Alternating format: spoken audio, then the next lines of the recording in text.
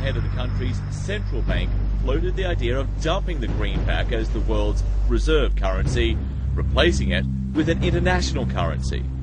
Thousands of people gathered to hear Barack Obama deliver key foreign policy speech on his current European tour. His vision for America's place in a new world order. Returning vets could be a risk to our nation. We've got to give them a stake in creating the kind of world order that I think all of us would like to see. And one of the ways it will drive the change is through global governance. I think a new world order is emerging. This is a hoax and a scam which is designed to transfer wealth and power from the private sector to the government sector and from the government of the United States to a world government. And those people who have been yelling, oh, the UN's going to take over global conspiracy government. Theorists. They've been crazy, but now they're right. And who got the money? Hundreds and hundreds of banks. Any bank or that has access to the U.S. Federal Reserve's discount. Tell us who they are. No. You know, financial terrorism. They have the ability to tweak the knob. I am proposing that the Federal Reserve be granted new authority. The ultimate goal of the carbon tax and the cap and trade is to destroy production. This energy tax is the largest tax increase in American history. We're actually creating a global warming police. So number one, they can come in, the federal government can come in and inspect your house and send you the bill. We're setting up a global warming Gestapo. One of the things that if you talk to our generals, they are desperate for is a civilian counterpart to our military forces. I am fierce. And this is what I wear. Senator Barack Obama's presidential campaign is asking Missouri law enforcement to target anyone who lies or runs a misleading television ad. I've now been in 57 states. I think one left to go. The president, when he was in Europe last week, he met with the King of Saudi Arabia. He appeared to bow. President Obama today proposed something new, something called prolonged detention. Pre-crime is where people are arrested and incarcerated to prevent crimes that they have not yet committed.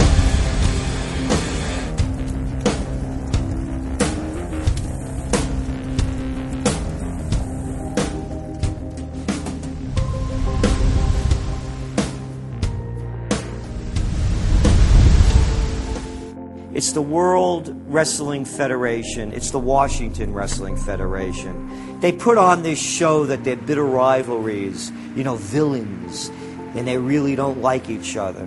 But behind closed doors, they buddy up for a drink and make deals.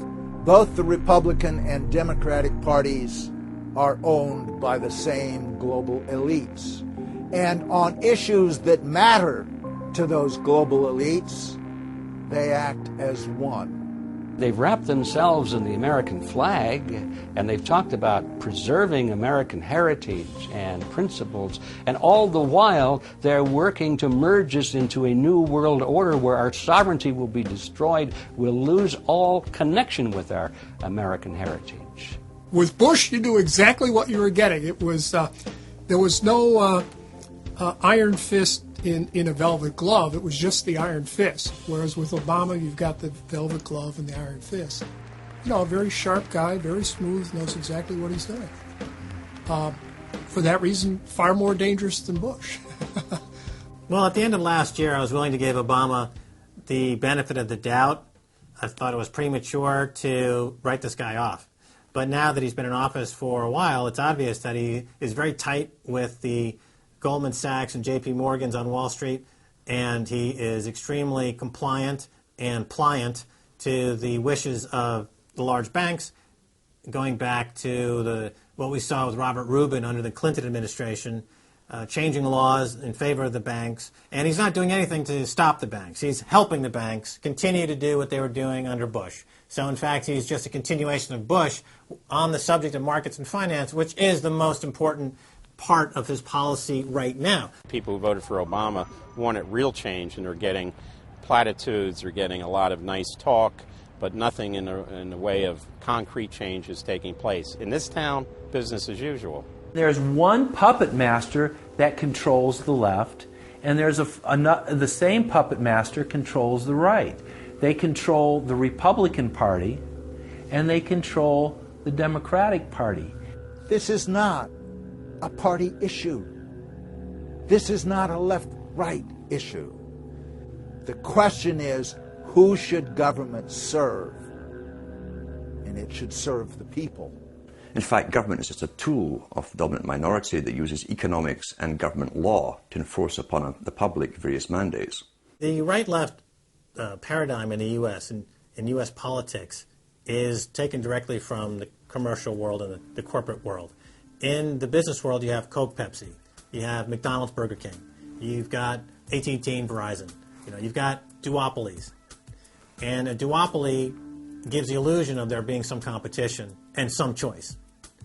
And it looks a little bit better than a monopoly.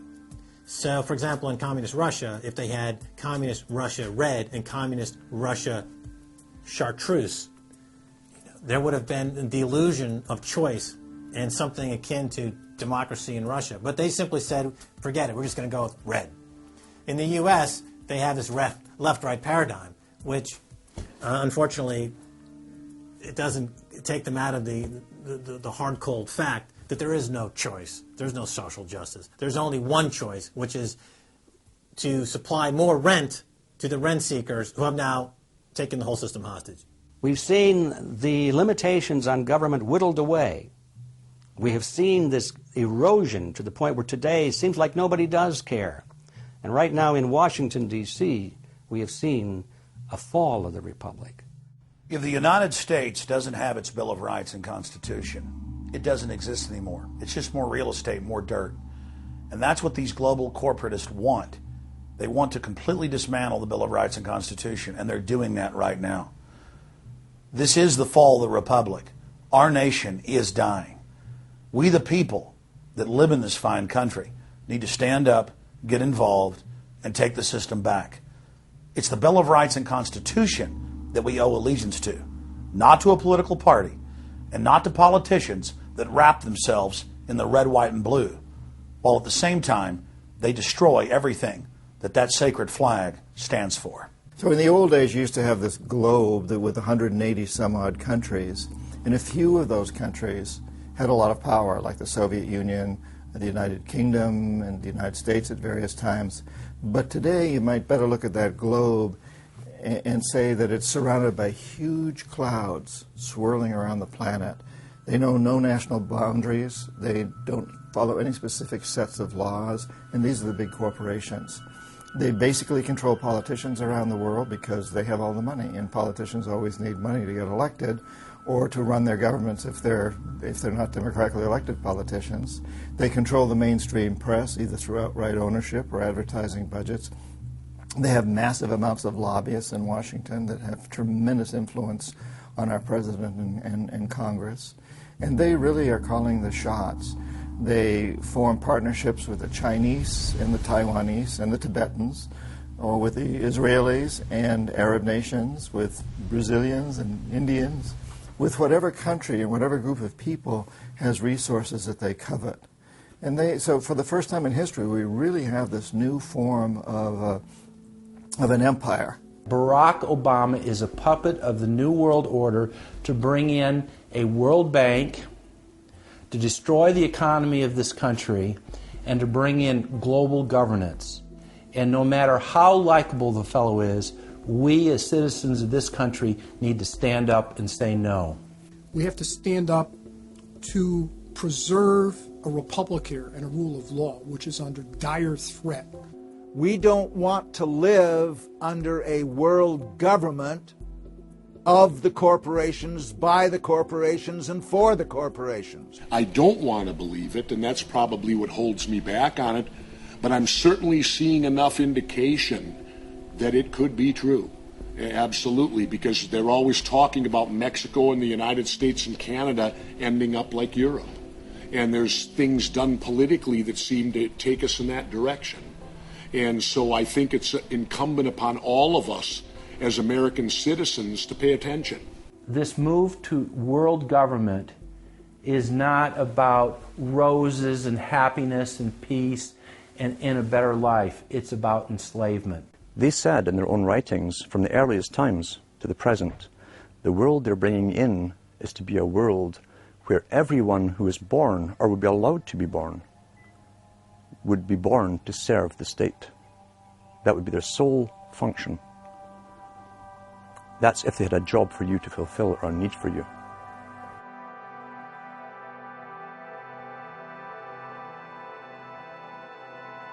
July 4th, 2009. Across the United States, citizens gathered to celebrate the Republic's founding 233 years before. Most people in the crowds were aware that America was going in the wrong direction, that things were changing for the worse. But few could grasp the sheer magnitude of corruption and looting running rampant like a disease through the heart of the nation. The engine of America's greatness is not just its liberties, but the people's willingness to fight to keep them.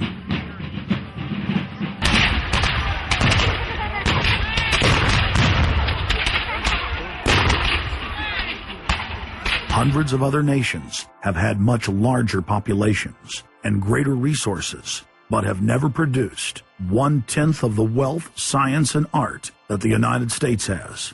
Why? In America, you had an amazing situation because you had the founding fathers who figured out that they could deconstruct the monarchy in such a way and then reproduce it with the three primary branches of government in a way that would create checks and balances and separation of powers. So you could have room, therefore, for individuals to work within the context of a cooperative, which is a democratic system of government. But it would still have enough room for individuals to rise up and become profitable and self-sustaining and rich in the pursuit of happiness without becoming dictatorial. But unfortunately, over the years, since all of those separation of powers have been cut away, and all of the beautiful design by the founding fathers has been co-opted by one corporate entity, one corporate communist entity, you don't have that anymore. So what we have, we're back to where we were before the revolution. You have one monolithic state. For the first 100 years or so of the United States, after the 1700s, when we freed ourselves from British rule, no corporation was given a charter in the United States unless it served the public good. It had to prove that.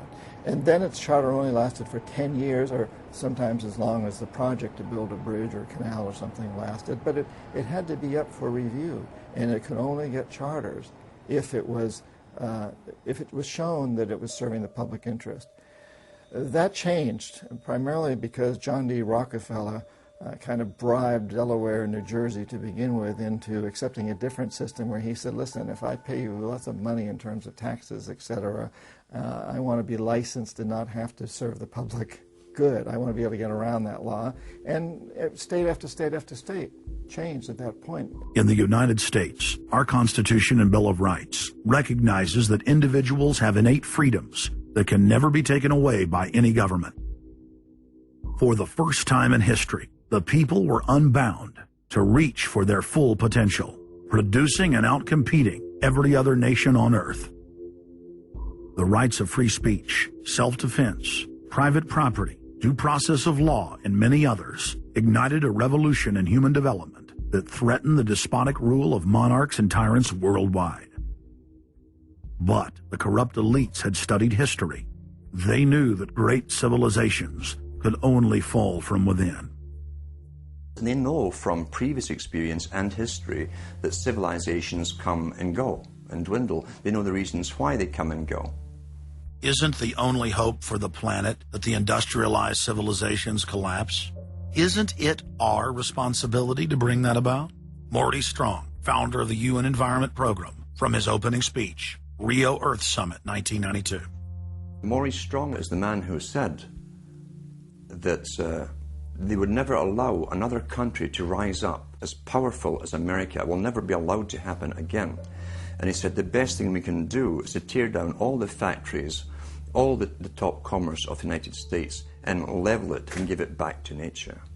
So that was the advice from this character, who has tremendous power at the United Nations and was picked up and groomed by Rockefeller himself.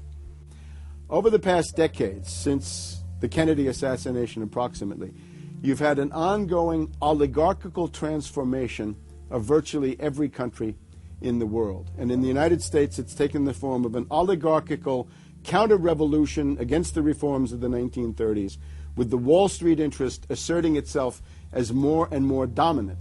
And once bankers and oligarchs have power, the things that they do, you could call them a policy. You could call it something like a tropism. It's like the way a plant responds. Naturally, since they're oligarchs, they're going to try to downgrade the standard of living of the vast majority of the population. They're going to claim that the world is overpopulated, that industrialization, industrial pollution, and overpopulation are the main problems that face the world. And they're generally going to try to crush and mortify any kind of popular democracy or mass movements with any kind of progressive content. Nations rise and fall. They knew how debt could never be recuperated. They knew that disease or prolonged war could wipe out the population and the future populations that pay off debt. So these guys all work together. That's why it's no surprise that today you have Lord Rothschild coming out pushing the latest scam or religion that we must all believe in, which is global warming, which his personal bank, his family's bank in Switzerland, will be in charge of. They've run the system, the whole economic system of the world for the last 250 years. So why shouldn't they also run the economic system for the next few hundred years? The question of a ruling class, oligarchy as a ruling class, is posed by Plato in the Republic, where we find that oligarchy is a constitution full of many evils, where the rich dominate the government by buying it, and the average individual or the poor count for absolutely nothing. Oligarchy is a frame of mind. In other words, if you're a banker, this is already a world view. It's a world outlook, and it implies the policies that have got us here, right? Malthusian policies, zero growth policies, driving down the standard of living, attempts to wipe out all kinds of mass institutions that might be a countervailing force. This is a scientific dictatorship, which Bertrand Russell said, and the Huxleys said, both Aldous and Julian Huxley said they would bring in the scientifically controlled society. It's not just family planning, which really means abortion and so on. It's global planning, which is literally sterilization and abortion worldwide for the ideal reduced society, and not just across the board, through genetics, through the Genome Project, through the constant IQ testing. Globalization has economically destroyed the world. You've got at least 40 to 50,000 people who die every day worldwide from starvation, malnutrition, and diseases which can be cured for pennies, such as diarrhea. And if you ask one of these Malthusian oligarchs, don't you think that something should be done to raise the standard of living in Africa or South Asia? They'll say, no, we can't do that. That would wound the planet. That would oppress Mother Earth. So that's oligarchy. Class consciousness in this sense is absolutely essential. If you think that bankers are the same as you, you're wrong. F. Scott Fitzgerald once told Hemingway, you know, the rich are different from us. And Hemingway said, yeah, they have more money. And F. Scott Fitzgerald replied, no, it's something much deeper. It's a whole different world. To be an oligarch, to be a Rockefeller or something of this sort, means that you're in a completely different world with values which are the reverse of human values. Now, if you allow the oligarchs to continue to dominate, the destruction of world civilization is a matter of a few decades at the very, very most. So, choose.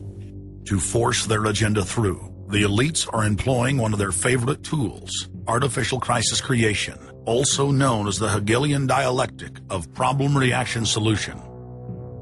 You never want a serious crisis to go to waste. And what I mean by that, it's an opportunity to do things that you think you could not do before. The Earth's ruling elite are first and foremost monopoly men. The founder of the Rockefeller clan summed it up simply when he said, competition is a sin. Rockefeller himself said that competition was a sin. And people quipped at that, thinking it was one of his little jokes. He made many jokes about saving pennies and stuff like this. But in reality, he was telling you a truth, that competition to a man like him, who worked for a much larger organization, competition truly was a sin. And The cartels have been formed ever since, have become much bigger, more powerful. Cartels which can literally command governments, sometimes to go to war on their behalf, have occurred. The economic crash of 2008 and 2009 was an engineered crisis designed to cripple sovereign nations globally to make way for a world currency and a new bank of the world. China's holding, what, 1.5 trillion worth. All over the world, they're holding U.S. currencies. They want to get out of them in a way where they're not going to lose on their investments. There's going to be a world currency. There's going to be a new reserve currency. They're going to push it through the IMF. That's going to be the banksters that are going to be in charge of it. It's going to happen, and it's going to happen sooner rather than later. There was also a question to Geithner.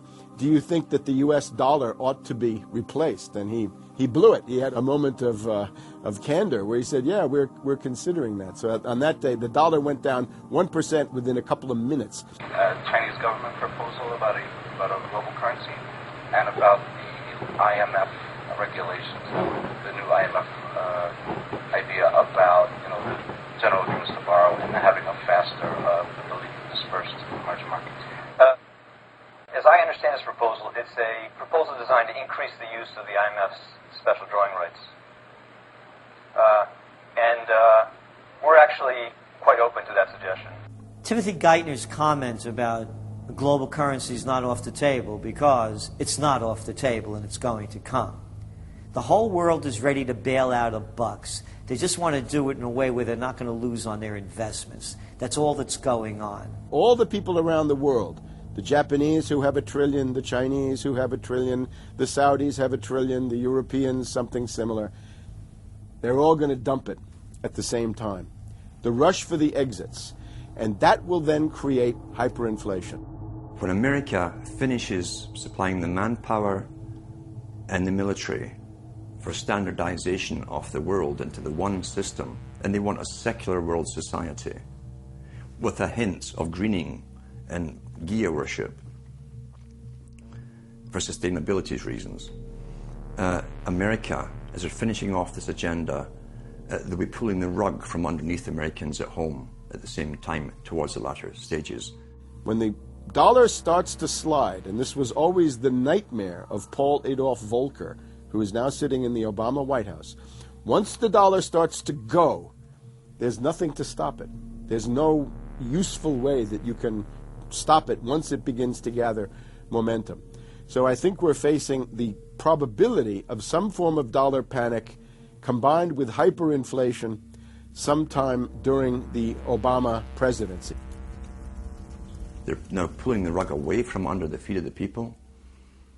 They're becoming rapidly a non-manufacturing country. Any country that can't manufacture its own goods, even for self-defense, therefore is no longer sovereign, independent, and able to sustain itself, which tells you that this is all part of the plan. It started with the very beginning when you established that there was a Federal Reserve System given the power of the state to create money out of nothing and to do so without any regard to the will of the people, without any regard to what's behind the money system. In other words, strictly political and economic motives for the bankers and the politicians. Once you granted that power to a group, the Federal Reserve System, the economic crisis was inevitable. This has happened before. Every time in history when the government was given the power, or a group of banks in conjunction with the government was given the power to expand the money supply at will, those economic systems always wound up in crisis and always collapsed. So there's no reason to believe that the United States was given some kind of a get-out-of-jail-free card, an exemption from the processes of history. So the economic crisis began at the very beginning, and as a matter of fact, when the founders of the Federal Reserve System met on Jekyll Island back in 1910 and were drafting the Federal Reserve Act, one of the things they discussed was how to pass on the inevitable losses to the taxpayers. They knew that inevitably something like this would happen, and they knew that there had to be some way to get out of it without destroying the banks, of course, because they were the banks. And they said, aha, we'll go into partnership with the government, we'll take our cartel agreement and pass it into law, call it the Federal Reserve Act, and we'll make the taxpayer come online and be responsible to bail us out if and when the failure finally comes. Who's going to soak up the derivatives? Who's going to soak up the debt? Who's going to be penalized? And right now it looks like Wall Street's getting bailed out, and the little guy in the middle of Main Street America are all going to pay the penalty. Can the economy be turning around here? Are happy days here again? And can we actually have growth without jobs? Is this an oxymoron, jobless recovery? We're going into the greatest depression. There will be no job growth. Unemployment will continue to escalate. Along with it, so too will crime, poverty, kidnappings, boss snappings. And the more things spin out of control, the harder the hammer is going to come down by the federal government to keep everyone in control. Power is much, much more important to them than money is. Money is only a way to the means. Power is the end result.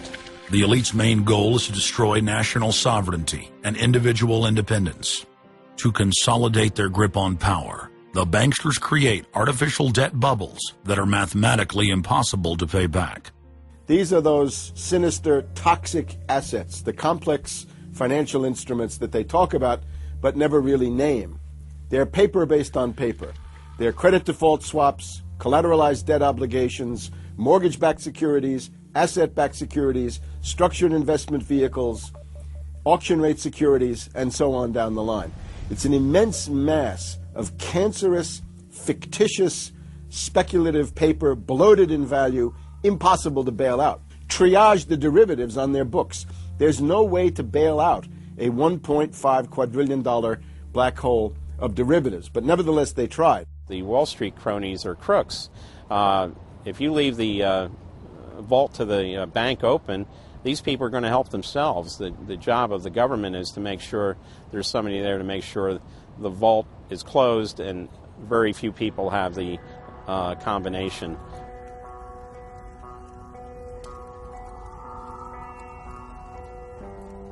I'm William K. Black, Associate Professor of Economics and Law at the University of Missouri at Kansas City. I was a senior regulator in a number of different positions during the heart of the savings and loan crisis. On a staff level, I led the re-regulation of the savings and loan industry. The purpose of regulation and effective criminal prosecution is to make sure that cheaters don't prosper, that honest manufacturers win in competition. The primary driver of the current crisis is accounting control fraud. These are frauds led by the CEOs of the major lending institutions and major banks and institutional buyers of toxic waste product. How did it start? It started with mortgages, particularly non-prime mortgages. In September of 2004, the FBI warned that there was an epidemic of mortgage fraud, their words, and that this epidemic of mortgage fraud would cause an economic crisis at least as large as the savings and loan debacle if it wasn't stopped. The FBI found that 80% of the mortgage fraud was being induced by the lenders, not by the borrowers. You know, much of the rage has been against the borrowers, but if you want rage, it should be at the CEOs who became fabulously wealthy by following a strategy based on fraud. The Wall Street people and their friends here at the Federal Reserve and at the U.S. Treasury and down the Washington Mall here at the U.S. Capitol. That's where the damage was done, and if people want to vent their anger, they need to vent it against these people. Between the Bush-Paulson administration and the Obama, Summers, Geithner, Volcker administration, there's really a total continuity of economic and financial policy.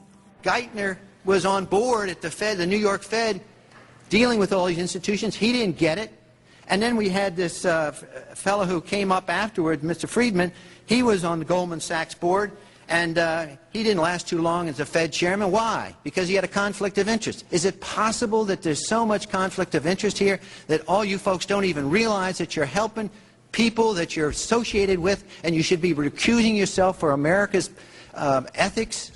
I behaved with the... You don't think you should have recused yourself when you asked Lehman to go in bankruptcy, you didn't put Bear Stearns in bankruptcy, and then you folded Merrill Lynch into... I mean, isn't there some point where you got to say, hey, I got a conflict of interest here? You don't feel any kind of scintilla of ethics on this thing at all? Totally. I operated very consistently within the ethic guidelines I had as Secretary of the Treasury, and when it became clear that we had some very significant issues with Goldman Sachs and with why didn't you recuse yourself with Morgan Stanley, what I did then, it would have been very wrong for me to recuse myself. What I did was I went and got a waiver from the ethics agreement, because when we had concerns... Who is in charge of the ethics agreement? What? Who's in charge of the ethics agreement that you got a waiver? We have a Office of Ethics at Treasury, and we have a White House ethics office. So you got it from the legal counsel from the White House? We got it from the government ethics office. So we had Snow, we had Paulson, now we have Geithner. All these people cut from the same bowl of cloth. These are not independent Treasury secretaries. They're part of the problem, not part of any solution. And it would have been nice to see President Obama effect some change in Treasury, but of course, he went and got a Wall Street insider as his Treasury Secretary. Everything that's speculative, parasitical, cancerous, bloated from all these administrations, going back to Carter and even beyond, comes together in the Obama administration. With Volcker, with Summers, who's part of the economic crimes under Clinton, the guy who brought you derivatives and the abolition of the Glass-Steagall firewall. You could not have gotten a more perfect setup for a takeover from a previous government, the Bush regime, than the Obama regime. Now, there are some authors out there already saying that it's the same bunch, and it's true. It's the same bankers who put the same boys forward. Obama, far from helping the public and giving them something new or giving them more power and say over their own affairs, has actually sided immediately with the bankers who once again have robbed the public blind, and now they must get bailed out by your tax money. Obama does it all with left cover. He makes you think that he's somehow different from Bush, that this is somehow benevolent, that he cares about the poor. And in reality, this is the cruelest hoax and the most bogus sham. Obama is 1,000% devoted to Wall Street interests. When Wall Street says jump, Obama jumps. And again, it's about $30 to $40 for the bankers for every dollar that ever reaches an unemployed person or somebody who's on food stamps or some infrastructure building for highways. The hope with the Obama administration was that it would move us beyond this. But unfortunately, what we're seeing more and more is that Obama has brought in many of the economists who bought into the system in the past. Larry Summers is a very good example. And so many of his economists, many of the people there, you can really almost at this point relate Obama to Hoover, who did something similar in his presidency, as opposed to Franklin Roosevelt, for example, who brought in a very fresh team.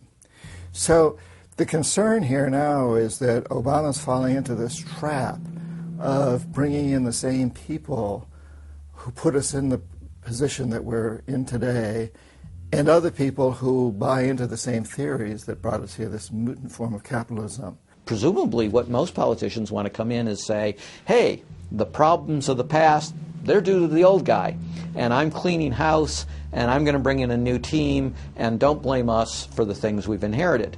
Can't say, you know, those policies of the past that came before were insane, because you got the guy that was one of the key architects of those policies.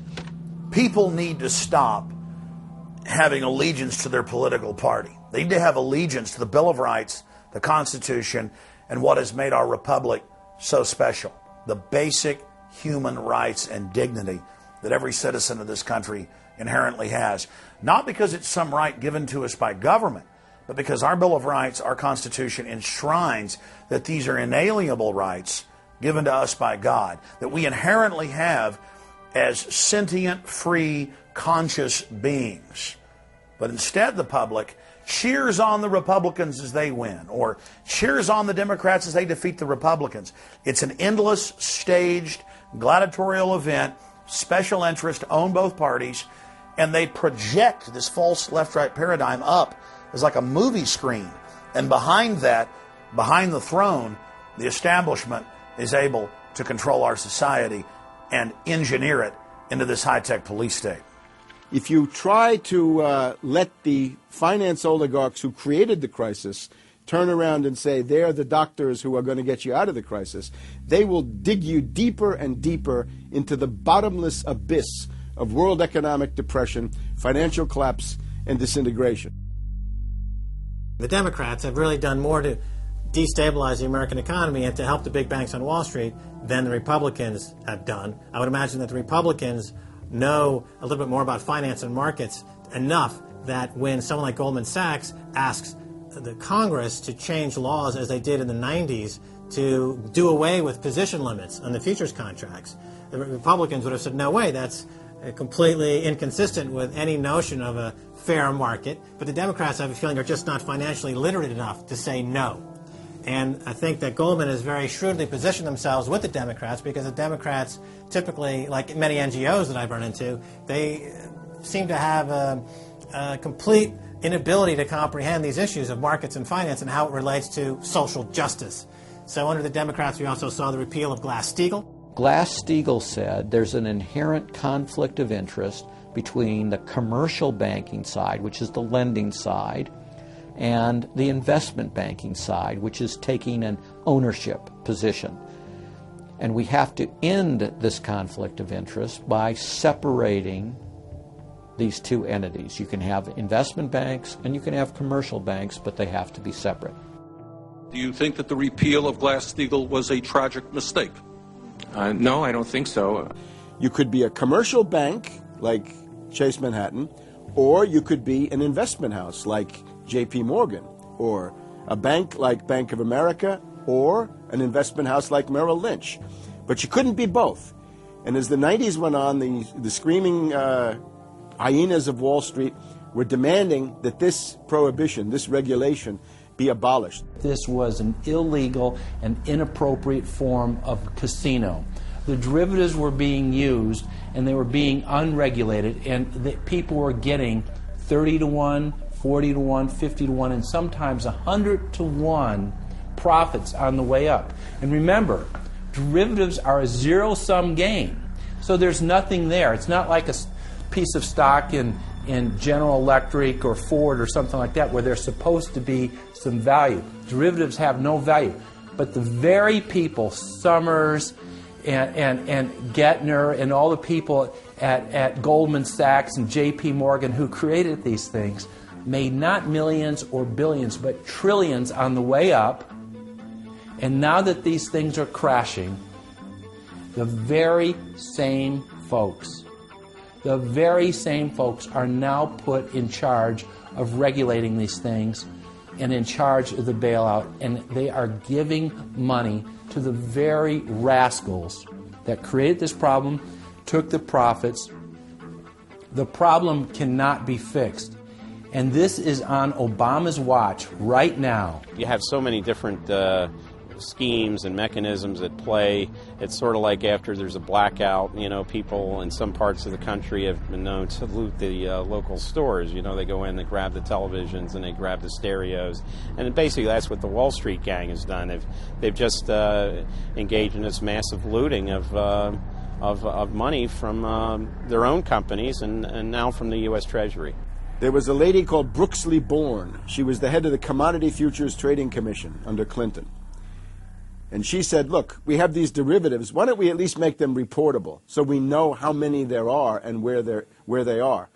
And she writes in a biographical account, she said, I picked up the phone and Larry Summers was screaming at me that I was interfering with the wonderful inventiveness and ingenuity of Wall Street and their ability to come up with new financial products, such as these derivatives. Brooksley Born was the chair of the Commodities Future Trading Commission, CFTC, which regulates many financial derivatives. And she said there's a grave danger out there in the form of these credit default swaps. And credit default swaps are an exotic financial derivative, or moderately exotic financial derivative, were sold on a bright, shining lie that they were supposed to make markets more efficient. In fact, they allow utterly insane gambles, and they're really great devices for accounting fraud as well. She actually says, I'm thinking of adopting this regulation. The Clinton administration goes berserk, and in particular Larry Summers, but also Rubin. Now behind Larry Summers, there's another layer. Bob Rubin of Goldman Sachs, the Clinton administration, and Citibank. And he also thought that derivatives were a wonderful thing for the U.S. economy, and he made sure that they were never regulated. Also, we can't forget Alan Greenspan over at the Federal Reserve. Now, you look at Summers, he is sitting in the White House today making policy for Obama. Summers tells Obama what to do. Summers tells Geithner what to do. He's also got some of his hatchet people in the administration. Mary Shapiro runs the Securities and Exchange Commission. She refuses to ban naked short selling and other market manipulations. You've also got another guy called Gensler over at the Commodity Futures Trading Commission today. He is an acolyte and a supporter of the derivatives bubble.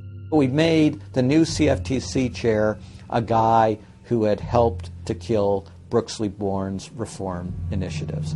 And we just did this under the Obama administration. This was a pre-registered, pre-organized, predetermined event.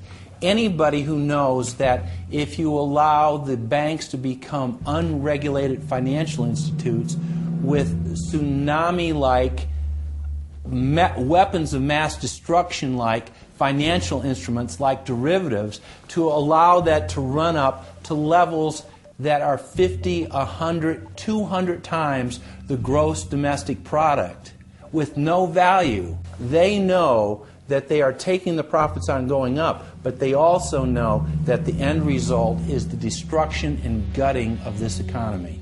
The scam is simple. The insiders buy hard assets and political influence as the fiat bubbles expand. And then, at a time of their choosing, they purposefully implode the bubble. You've got a very small group of people, and the Federal Reserve and the global central banking system and the Bank of International Settlements in Switzerland, who are purposefully managing the boom and bust, credit supply, credit contraction, money supply growth, money supply contraction, to create artificial roller coasters and artificial volatility that they can trade around without taking any risk. It doesn't cost them any money. And if they do make a mistake because they're, as George Bush said, the bankers on Wall Street are drunk. It is uncertain. There's no question about it. Wall Street got drunk. That's one reason I should turn off the TV cameras. Let's say they walk in one day, they push the wrong button, and they lose the bank $1 billion or $5 billion or $100 billion. They can appeal to the government to bail them out. It's totally asymmetric relationship between bankers and the rest of the economy. If they make a mistake, they get bailed out. If everyone else makes a mistake, they get put in jail, called a terrorist, and we never hear from them again. But it's a more sophisticated form of slavery, and we're going through it today. We see the taxation is going up all the time with the supposed crash of the banks that was not a happening out of the blue. It was set up for this time. They could have kept it going for another few years if it suited them, and then crashed all the bubbles.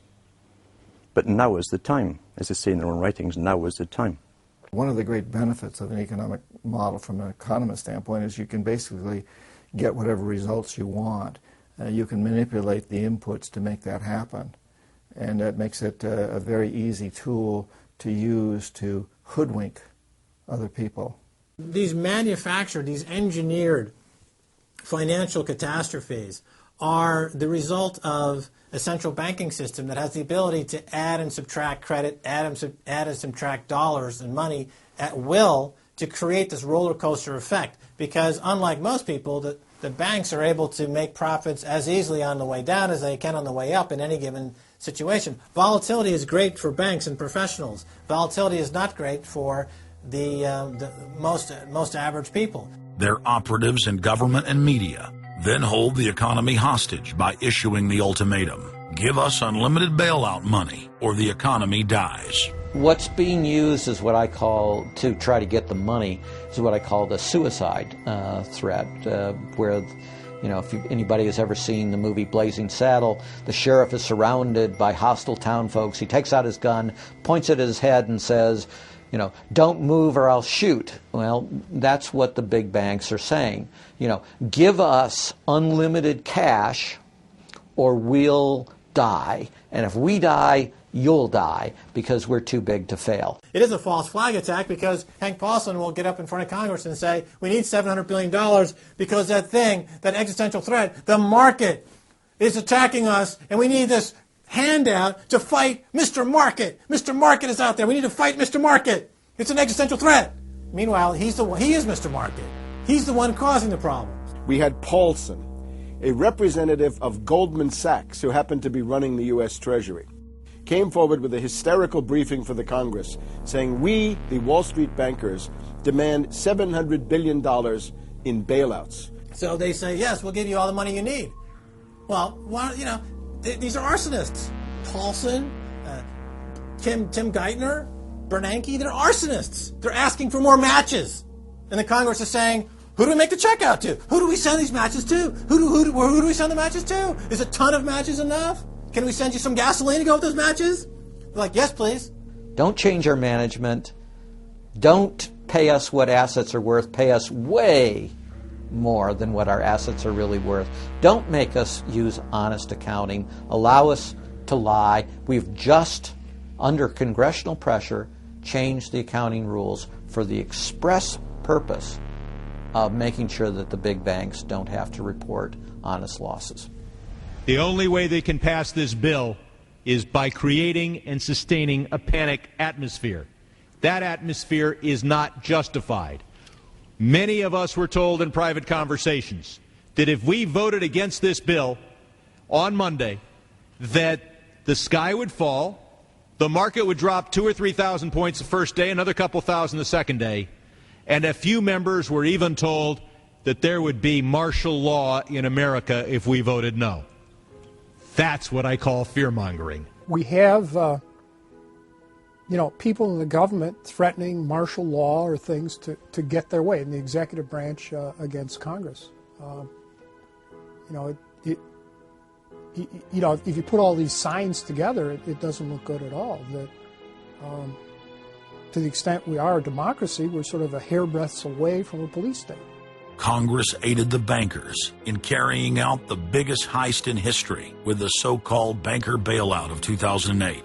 The bailout money, the $13 trillion or so dollars that have been given to the banks, is sitting on the balance sheet of the banks, and that is incurring interest costs. And that's going to precipitate the need to flush the system with more cash. And at some point, the dam will break, and you're going to have very high inflation. Some predict hyperinflation. You cannot print phantom money out of thin air, backed by nothing, and producing practically nothing without destroying the world economy. So unless we cut out the toxic funds, the toxic elements of this economy, every time we put in money on this bailout, it's just feeding the fire. It's not making things better. What should have happened is that those banks and investment banks should have been seized. They should have been seized by the Federal Deposit Insurance Corporation. Those are zombie banks. The Chase Manhattan, J.P. Morgan Chase, Bank of America, Citibank, Wells Fargo, Wachovia, so on down the line, to AIG in the insurance realm. These are zombie institutions, insolvent, bankrupt. The only thing to do with them is to seize them, put them through Chapter 11 bankruptcy. That'll probably turn into Chapter 7 bankruptcy, liquidation. And above all, triage the derivatives on their books. There's no way to bail out a $1.5 quadrillion black hole of derivatives, but nevertheless they tried. They will, of course, try to regain some of this money back, but their debts, unlike any other period in history, are now a quantum size bigger than the entire global GDP by a factor of 50 to 100. It's almost infinite amount of debt. If you really look at the numbers, because of the massive, massive debt, and right now, total debt in this country is about 375% of the gross domestic product. And that's not including derivatives. If you put the derivatives in, it's probably 20 to 30 times gross domestic product. It's beyond what anybody has ever even considered. While they were looting North America into the ground, the international banking syndicate was simultaneously executing the same scam in over 100 other nations. So who got the money? To financial institutions in Europe and other countries. Which ones? I don't know. $500 billion and you don't know who got the money? Well, Obama's got one difficulty with this Congress. It's the number of freshman Democrats that got elected. Many of these people know that they got their seats from, and many of which got seats in the Senate and Congress from long-held Republican seats. They know that the people back in their states and in their constituencies will not tolerate this any longer. So up against the Republicans and the blue dog Democrats are these freshman congressmen, Democratic congressmen and senators, and they're not. They don't seem like they want to go along with the program. So if there's any hope, it'll come from these freshmen. The Constitution says no money shall be drawn from the Treasury, but in consequence of appropriations made by law. This money is not drawn from the Treasury. Well, let's talk about that. Do you think it's consistent with the spirit of that provision of the Constitution for a group like the FMOC to hand out $500 billion to foreigners without any action by this Congress? Congress approved it in the Federal Reserve Act. When was that? Quite a long time ago. I don't know the exact date. 100 years ago. The original act is 1914, I believe. I don't know whether this provision was in 1914 or not, but the Federal Reserve Act was in 1913. All right, and at that time, the entire gross national product of this country was well under $500 billion, wasn't it? I don't know. Is it safe to say that nobody in 1913 contemplated that your small little group of people would decide to hand out $500 billion to foreigners? What the bailout legislation really did was give a blank check backed up by U.S. taxpayers to offshore mega banks. Of course, Congress has oversight. If you read the Constitution, our founders were very clear. Anything to do with taxes and money is put into the hands of both houses of Congress together. Both houses of Congress together must approve it. Because it's a buck, because that's why we fought the revolution. Taxation without representation was part of it. Foreign banks, Société Générale of France, about 10 billion for a French bank. Deutsche Bank of Germany. Did Deutsche Bank need the money? How much did they get from the bailout? Well, they told us they got $12 billion from the bailout. And Barclays Bank of Britain, $10 billion. So you're up to almost $50 billion to bail out a series of foreign banks that were derivatives counterparties of AIG, plus Goldman Sachs. This is the biggest swindle, not only in the history of the United States. This is the biggest swindle and transfer of wealth in the history of the Western countries. And we've seen all these cronies from Wall Street with the combination to the vaults around the country, and they've just looted the Treasury and the banks and the securities industry dry. This is by probably an order of magnitude the biggest fraud in history. Over the next 10 months, $23.7 trillion was stolen from the U.S. Treasury. The gentleman from North Carolina, Mr. McHenry. Thank you, Mr. Chairman. And the tune of $23.7 trillion worth of taxpayer exposure for the bailouts is quite striking. The calculation right now is that with Obama, we've got $24 trillion as a line of credit available only to Wall Street banks, insurance companies, credit cards, mutual fund companies, and others, but only financial institutions. $24 trillion of money from the Federal Reserve, from the Federal Deposit Insurance Corporation, and from the Treasury in the form of the bailout of October 2008. The Federal Reserve, the private holding company for the offshore banks, arrogantly told Congress and the American people that it was none of their business what the private banks did with the people's money. One very interesting exchange. Senator Bernie Sanders of Vermont asking Bernanke, we have given upwards of $2 trillion to various financial institutions. You've got to tell me, where did the money go? And Bernanke simply stonewalls and says, I won't tell you. And who got the money? Hundreds and hundreds of banks. Any bank that has access to the U.S. Federal Reserve's discount. You tell us who they are. No. Do you have to be a large, greedy, reckless financial institution to apply for these monies? There is no subsidy. There is no capital involved. There is no gift involved. It is a collateralized, short-term liquid loan that is both over-collateralized and is recourse to the company itself. We have never lost a penny doing it. And how can other institutions get those loans as well? According to the law, we are supposed to be lending to depository institutions. Let me just say this, Mr. Chairman. I have a hard time understanding how you have put $2.2 trillion at risk without making those names available, those institutions public.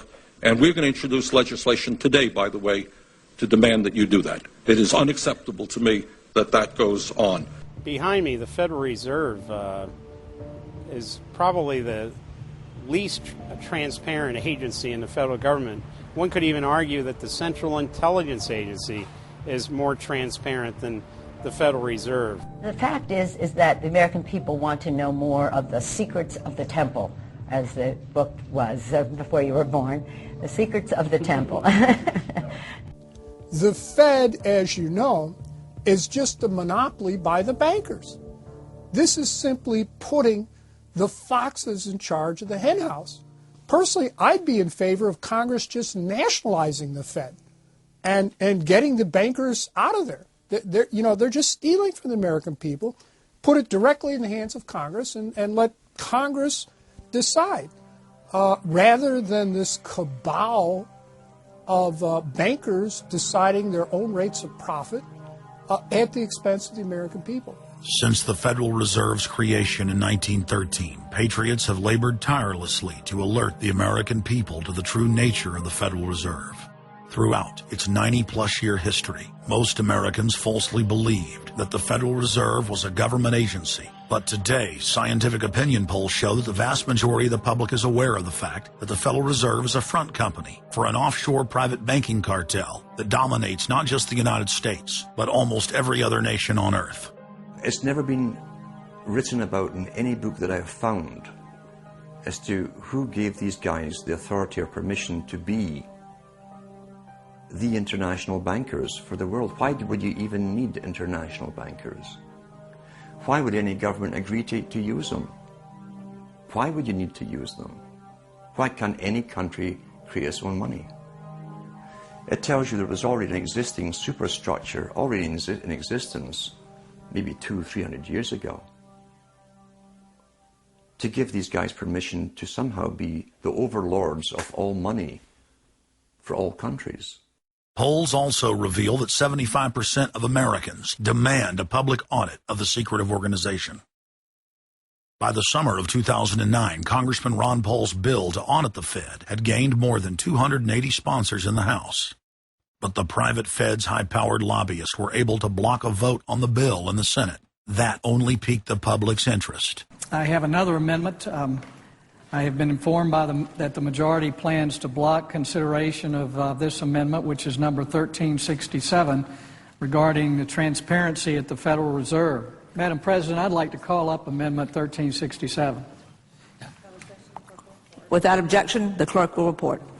The Senator from South Carolina, Mr. DeMint, proposes amendment number 1367. Senator from Nebraska. I make a point of order against the DeMint amendment that it's legislation on appropriations. Madam President? The point of order is well taken. The amendment. I regret the objection. The amendment falls. The people began asking themselves, why couldn't there be an audit of the Federal Reserve?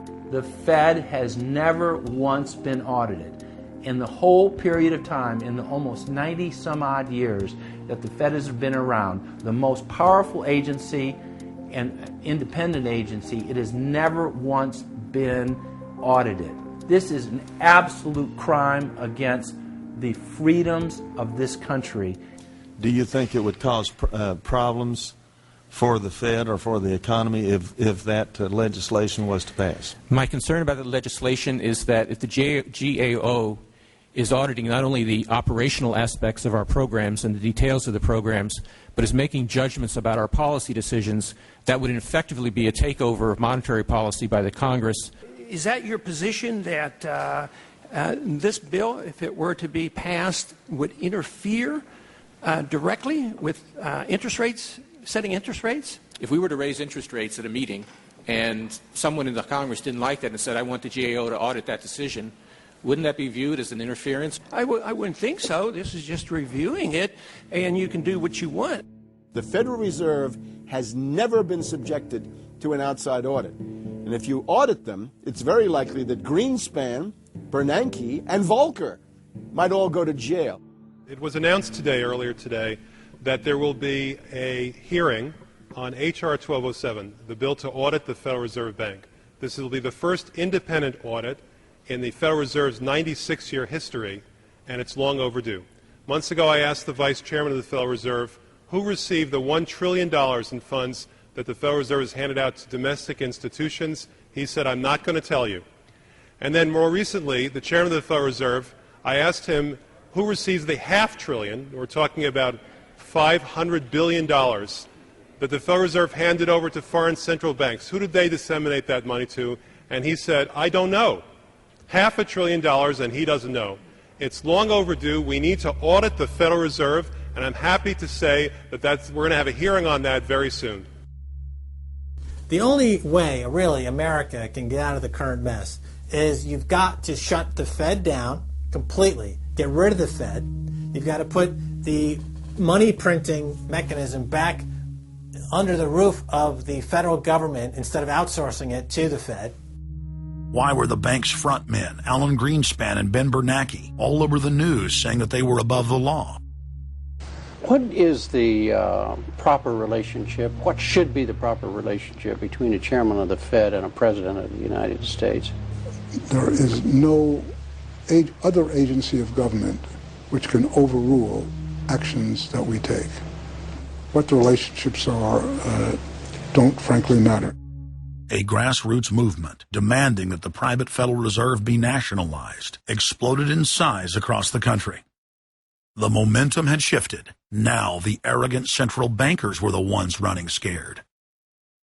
They had planned to use their stage crisis to bring in an all-powerful central bank of the world. Immediately, every country goes into action at the same time. The International Monetary Fund is mentioned at the G20 meeting. They say that it must be brought to its full power, and we need a Bretton Woods Part 2 for world taxation. What is global government? For decades, the media denied it existed. But now they're saying, oh yes, there's going to be a global government, a new bank of the world, and we're going to pay our carbon taxes to it. What is it? It's nothing more than a private, hostile, corporate takeover of every sovereign nation on earth. And then when you look at the philosophy of these global corporate chieftains, it is one of domination of the poor, domination of the population. It is a view that human life just isn't cheap. No, human life is a negative. And so no matter what they do, they have the rationale that it's in the greater interest to get rid of more human lives. They are so arrogant and they're so sure of themselves, they're saying, yes, we created the European Union, we created the Euro, and these are from the people of the Bilderberg. We are going to create a world bank. We're going to create a world government. They're saying it out loud and clearly. Suddenly, across the planet, their regional front banks had been identified by sovereign populations as the illegitimate shadow governments that they are. The controllers had moved too quickly and revealed their hand. Populations around the globe were seeing through the establishment's facade, past the puppet governments, and to the global architects that were pulling their strings. Where are the American people? Why have they lost their dignity? What is stopping them from speaking out?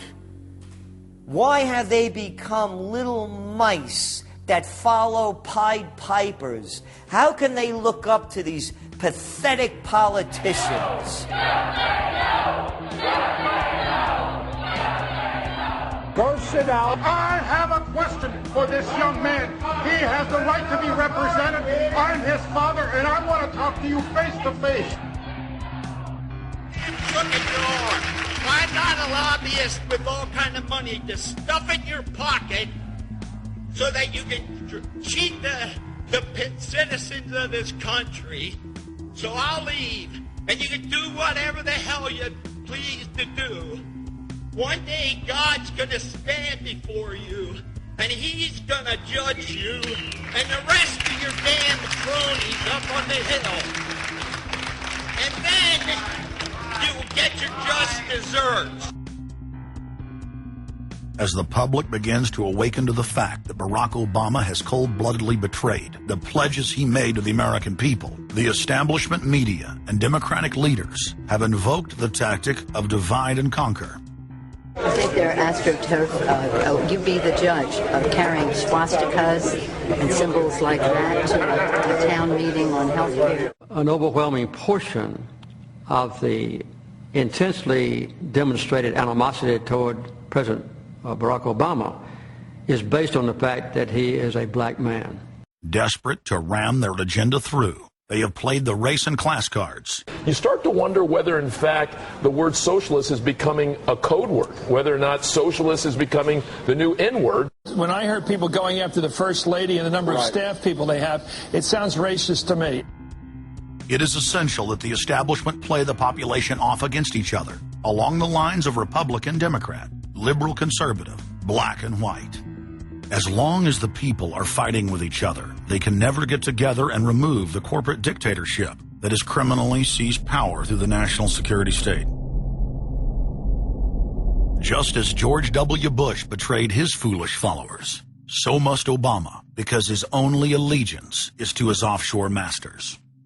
President Obama today nominated Ben Bernanke for a second four-year term as Federal Reserve Chairman. The president called his actions on the global financial crisis bold and out of the box. As an expert on the causes of the Great Depression, I'm sure Ben never imagined that he would be part of a team responsible for preventing another.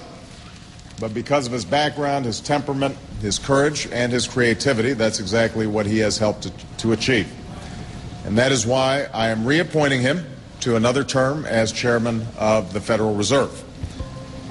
So Obama has made it quite clear by his actions, never mind his words, his actions, as to who owns him, who he works for, and who he serves. And it's not the American people. It is so obvious to anyone paying attention that the President of the United States is not the real person in control. Whether it is Gerald Ford or Jimmy Carter or Ronald Reagan or Clinton or Bush, Obama is no different. And to think that he is an independent figure is just crazy. And as Franklin Delano Roosevelt said, presidents are selected. They are not elected. Obama pledged that he would end NAFTA and GATT, and has since fought to expand both of them. Obama promised that he would have the most transparent administration ever, and he is already more secretive than Bush and Cheney ever were, even making it a secret who visits the White House. I can make a firm pledge. If your family earns less than $250,000 a year, If you make less than $250,000 a year, if you are a family making less than $250,000 a year, you will not see your taxes increased a single dime. You will not see your taxes go up. you will not see your taxes increase one single dime. Not your capital gains tax, not your payroll tax, not your income tax, no tax. Not your income tax, not your payroll tax, not your capital gains taxes, not any of your taxes. Not your payroll tax, not your capital gains tax, not your income tax, no tax. Your taxes will not go up. Because the last thing you need is higher taxes when we're in a recession like this, and you won't get one under an Obama administration. Obama made the centerpiece of his campaign the pledge that taxes would not be raised on anyone making under $125,000 a year. He has since gone back on that promise as well and has proposed new taxes on payroll, energy, home mortgage deductions, and scores of other taxes. He made a pledge. He said, I'm not going to raise taxes on anyone making under $250,000. Is that pledge still active? We are going to let the process work its way through it. So it's not. So it's not. So it's not. We're going to let the process work its way through it. All right? The Senate is looking especially at this issue of capping the deductions for health care that employers and employees now get. That would be an tax increase for many families earning under $250,000, but the president said he was open to it, so that means that the tax pledge he made back in September is no longer operative? Obama said he was going to abolish the Patriot Act. He now vigorously defends it. We saw the same type of flip-flop when it came to warrantless wiretapping of the American people. Look what Obama's done with wiretapping, surveillance. He's brought it to heights even beyond what George Bush, the disgusting levels that he brought it to. So we have more surveillance. Now they're talking about, what is it called, Cybercom, the new Pentagon secret cyber society that's going to be watching over us to get those terrorists. We got to get those terrorists. So now they'll be invading our privacy even more. So, I mean, it really almost makes you ask the question, would it have been better if we never invented the internet and had to use paper and pencil or whatever? Now Obama is setting up the Cybersecurity Command, which the government admits completely ends the Fourth Amendment and allows President Obama to shut off the internet in the United States whenever he wishes. Indeed, in today's world, acts of terror could come not only from a few extremists in suicide vests, but from a few keystrokes on the computer, a weapon of mass disruption. As part of the new single national security staff announced this week, I'm creating a new office here at the White House that will be led by the cybersecurity coordinator. This new control grid is administered by the Pentagon. They just want to keep tabs on us. So we're turning into a surveillance, wiretapped government state.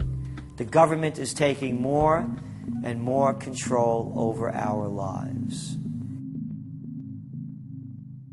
I can stand here today as President of the United States and say without exception or equivocation that we do not torture. Obama made a show of investigating torture, but has ignored the Army's own detailed investigative reports, which name the torturers that the White House memos document were following the directives of Bush and Cheney, the men who are most guilty for issuing the infamous orders. Some low-level soldiers have been prosecuted for their role at Abu Ghraib, but no senior officer has been held accountable in any of these cases to date. Heidi? I know that these debates lead directly, in some cases, to a call for fuller accounting, perhaps through an independent commission. Now, I've opposed the creation of such a commission. Next, Obama expanded Bush's doctrine of indefinite detention of foreigners without trial to holding citizens without evidence indefinitely, without ever even committing a crime. President Obama today proposed something new, something called prolonged detention. Pre-crime is where people are arrested and incarcerated to prevent crimes that they have not yet committed. Barack H. Obama, who ran as an anti-war candidate, has continued the war in Iraq, massively expanded the war in Afghanistan, and unleashed a new conflict in Pakistan. Now Obama is promoting the biggest defense budget in history, dwarfing George Bush's war machine. What George Bush has been trying to do as part of his effort to accumulate more power in the presidency is he's been saying, well, I can basically change what Congress passed by attaching a letter saying, I don't agree with this part or I don't agree with that part.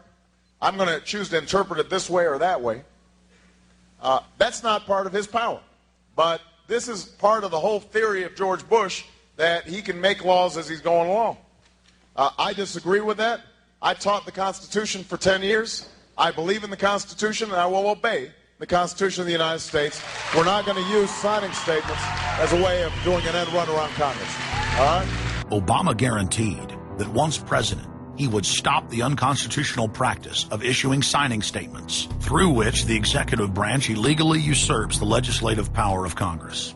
Congressman Kucinich, when he introduced his 60 articles of impeachment against Bush Jr., I think one was the signing statements.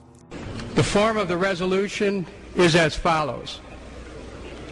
A resolution, articles of impeachment of George Bush, President of the United States. Resolved, that President George W. Bush be impeached for high crimes and misdemeanors. Article 26, announcing the intent to violate laws with signing statements, and in violation of his constitutional duty under Article 2, Section 3 of the Constitution, to take care that the laws be faithfully executed, has used signing statements to claim the right to violate acts of Congress even before he signs those acts into law. Same analysis would apply to Obama, and a fortiori because he taught constitutional law. He knows better. He's a lawyer licensed to practice law, who, as I am, who took an oath when he was licensed to uphold the Constitution and laws of the United States of America. With his signature on the spending bill also came Obama's first signing statement, a presidential declaration freeing him from following some of the bill's contents. I believe in the Constitution, and I will obey the Constitution of the United States. We're not going to use signing statements as a way of doing an end run around Congress. All right? He also promised that he would call on Congress to take at least 5 days to read new legislation before it was voted on. When there's a bill that ends up on my desk as president, you, the public, will have 5 days to look online and find out what's in it before I sign it, so that you know what your government's doing. But from his first day in power, he has aggressively pressured Congress to quickly pass bills before lawmakers and the public even have a chance to see them. Will state his parliamentary inquiry. Speaker, in order to try to figure out what we're doing, how much damage to the country, I tried to get a copy of the bill. We have out here on the table 2454 that has 1,090 pages in it, but I've understood since debate in here that there's another 300 pages that were added in the middle of the night. My inquiry is, how do I get a copy of the other 300 pages that people on here on the floor hadn't had a chance to read or see? Where do we get that before we cram this down on the American people? Is there somewhere physically in the House of Representatives a copy of what we're voting on?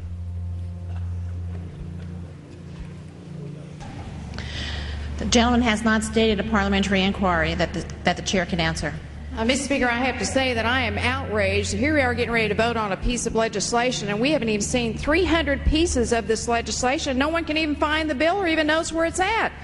Obama swore that he would never put lobbyists or donors in his administration. Treasury Secretary Timothy Geithner appointed Mark Patterson, and this is a former top lobbyist for Goldman Sachs, as his chief of staff. And then last week there was a lot of buzz over William Lynn. He was appointed to the #2 position at the Defense Department.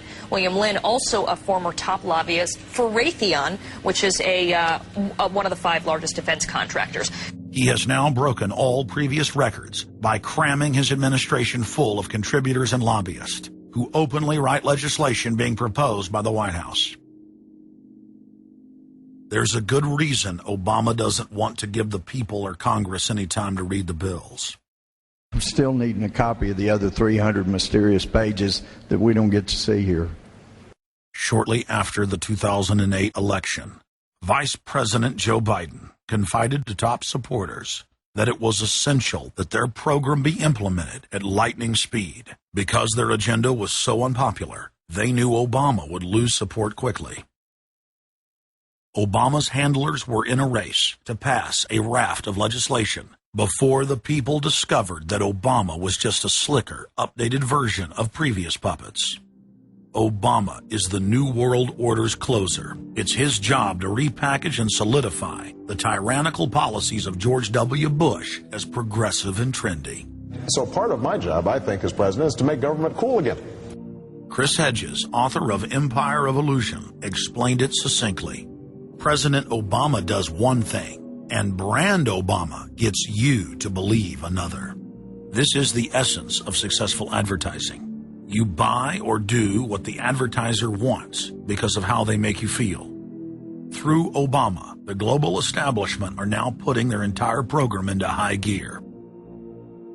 Obama is attempting to dismantle the Second Amendment with more than a dozen victim disarmament bills now in Congress. The key is going to be, I think, for us to come together and say people do have an individual right, and there's nothing wrong with common sense gun laws. Hate crime and cyberbullying bills in the House and Senate would effectively criminalize free speech protected under the First Amendment. It is absolutely true that NAFTA was a mistake. A senior member of the Obama campaign called the Canadian government within the last month to say that when Senator Obama talks about opting out of the free trade deal, the Canadian government shouldn't worry. The operative said it's just campaign rhetoric and don't take it seriously. Campaign officials called the U.S. ambassador to Canada and say, don't worry, it's just campaign rhetoric about NAFTA. The Canadian government put out a statement indicating that this was just not true. So I don't know who the sources. It wasn't true. Amid all of the denials, sources at the highest level of the Canadian government who first confirmed that a call was made, late this afternoon reconfirmed that a call was made. President Obama is promoting the creation of a North American Union and is attempting to expand NAFTA and GATT. President Obama is pushing nation-ending blanket amnesty for more than 20 million foreign aliens living illegally inside the United States. He's also overseeing the hijacking of health care by the federal government, which will nationalize more than 20% of the U.S. economy. And you want us to believe that a government that can't even run a cash for clunkers program is going to run 1/7 of our U.S. economy. No, sir. No. Obama is continuing the transfer of national sovereignty to unelected international bodies like the United Nations and World Trade Organization. And most important of all, under the cover of banking reform, Obama wants to hand dictatorial power over the United States economy to an offshore private banking cartel known as the Bank of the World. Richard, what happened to all those threats from France's president about storming out and about having a global regulator who is going to reach across borders and be able to deal with markets no matter what country they were in? They have opened up the idea of there being some form of other regulator across countries, and I think that's going to come So back. is this some sort of a new world order, which Gordon Brown kind of alluded to? I think a new world order is emerging, and with it the foundations of a new and progressive era of international cooperation. The finance heads of the 20 industrialized nations met again in late September of 2009 at the G20 summit in Pittsburgh, Pennsylvania. At that meeting, ministers called for an end to the dollar as the world reserve currency. They also called for a strengthening of global governance and called for a new world order. While the bankers were busy carving up the world at the G20 summit, Barack Obama was in New York City at the United Nations because he's got a new job to chair the United Nations Security Council, the most powerful position in the world government body. President Obama does what no other U.S. president ever has. As President Obama presided over the UN's most powerful body, that would be the Security Council. 6,191st meeting of the Security Council. For a couple of hours, you could say Mr. Obama was president of the world. It is the story of a world that understands that no difference or division is worth destroying all that we have built. In my own country, it has brought Democrats and Republican leaders together. Leaders like George Shultz, Bill Perry, Henry Kissinger, and Sam Nunn, who are with us here today. Barack Obama is the first president to hold two posts simultaneously. And there's a good reason for that.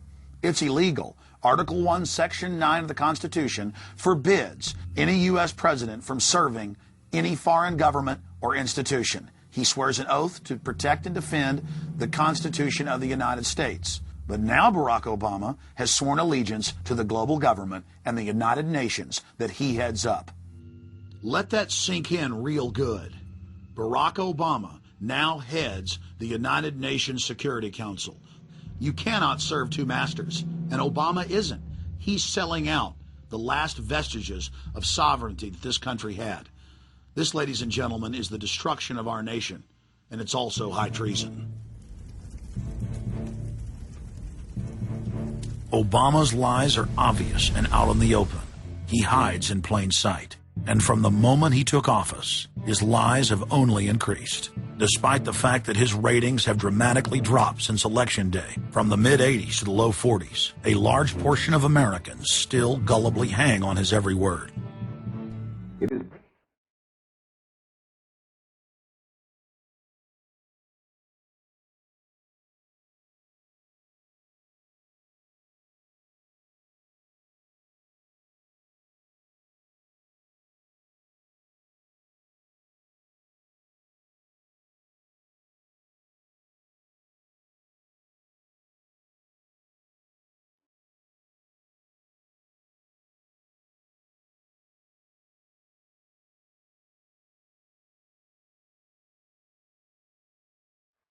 Most people still today think that all entertainment to do with movies, drama, is therefore nothing more than their entertainment. It never ever was that case. Of course, television can't perform such miracles as this, yet. But perhaps there's no harm wishing that it could.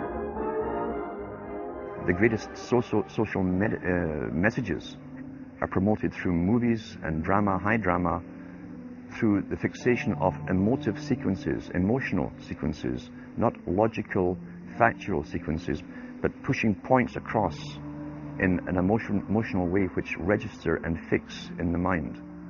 So emotional content is very, very important, rather than going through an actual discussion or an argument using logic and facts. There's no debate. And when you're being downloaded through fiction, your guard is down, the censor part of your brain is not in action. It isn't saying, yes, I agree with this, I disagree with that, as you would in a debate or a lecture. You're actually in an alpha state, being completely downloaded with new ideas. Throughout history, social engineers have refined techniques designed to control large populations. About 100 years ago, this big organization with many branches, they wanted to rule the world basically using Britain as a nucleus of a system, an embryo, which also was going to be joined with the US under the Anglo-American establishment, wrote about the kind of culture and the changes of culture over a 100-year period that they would actually design, implement and bring in. And H.G. Wells talked about it too. He talked about arenas. He says arenas could be put up across the world for sports, for instance. Now at that time, sports was something that children, school children were into. Adults became adults and got onto adult things. So it was unimaginable at the time that people could actually believe that There was even a need for adult sports and entertainment, never mind having arenas built across the world. But he said we can do this, and foist basically a sports culture for the males. Using a tribal system, we're all tribal to an extent. That's why we even bother to vote for a tribal leader. This is well understood. That's why we're supplied with these leaders. And because the average man was to become more disengaged from his own destiny as the expert class arose, it was decided that the males would get their outlet, basically, gradually becoming helpless as males through sports. Therefore, they'd have a tribal team they could identify with. They could cheer them on as they were winning. In their own personal lives, they were getting nowhere. They were getting disenfranchised, in a sense, as experts took over decision-making for them in all kinds of fields. So this was psychology at use, planned before they even implemented the sports. When radio came along, of course, they used that to the maximum. Sports for the men, soaps basically for the women. And then in came television, as I say, with its alpha state, its hypnotic state. And sure enough, around the 1960s, really, 50s and 60s, it took off. It really, really took off. And men became glued on Saturday nights to the sports shows. A culture industry, which is called by its own the culture industry. The Soviet Union had a department called the culture industry. Their actors and directors were called the cultural leaders, because they would, like a computer, people are like computers, all you have to do is keep giving them new updates every so often, and you can change an entire country or a nation or a block of nations who are all getting the same upgrades at the same time along certain paths. Today we call it political correctness. Most people want to belong to their peer group. They want to be the same as everyone else when it comes to opinions. In fact, they judge their own personal sanity by bouncing ideas off their neighbors and friends who will answer back and agree on these same topics in kind. It doesn't matter if the topics or what you're given are facts or utter nonsense, as long as everyone agrees at the same time. You'll say, well, I'm sane, and your friends will all agree because they've had the same information given to them. But they've been programmed, and I'm sad because I know that it's hard for people like that to take an interest, a serious interest in world affairs, to take a serious interest in what their elected officials are doing. And they're not going to be really inclined to study or discover the deception that's being used against them. And so I'm sad because I see all of that in a flash in my mind as being an indication of how easy it is for the masses to be manipulated.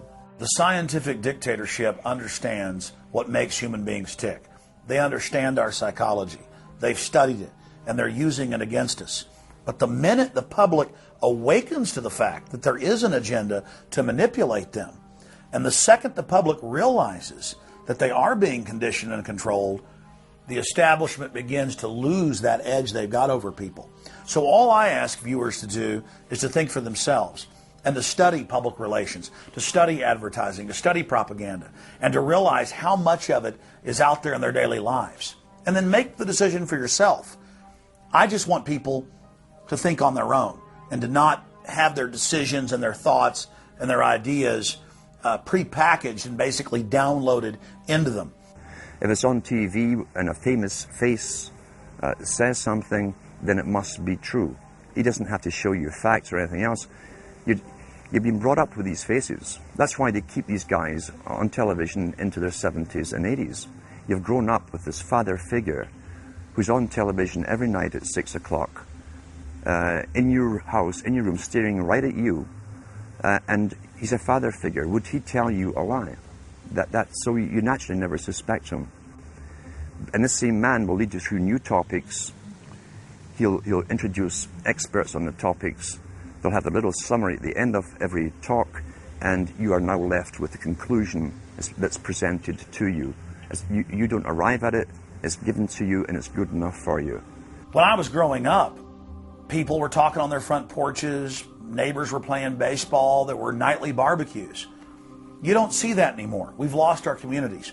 You drive through neighborhoods, you see the blue glow of television sets. We're losing our humanity. So if you want to rebel against the globalists, the social engineers, start by turning the TV off a few hours a day and actually getting to know your neighbors. Getting outside that comfort zone, expanding your horizons. By coming together as communities, by getting to know our neighbors, we defeat the social engineers. We're programmed today perfectly, just like machines.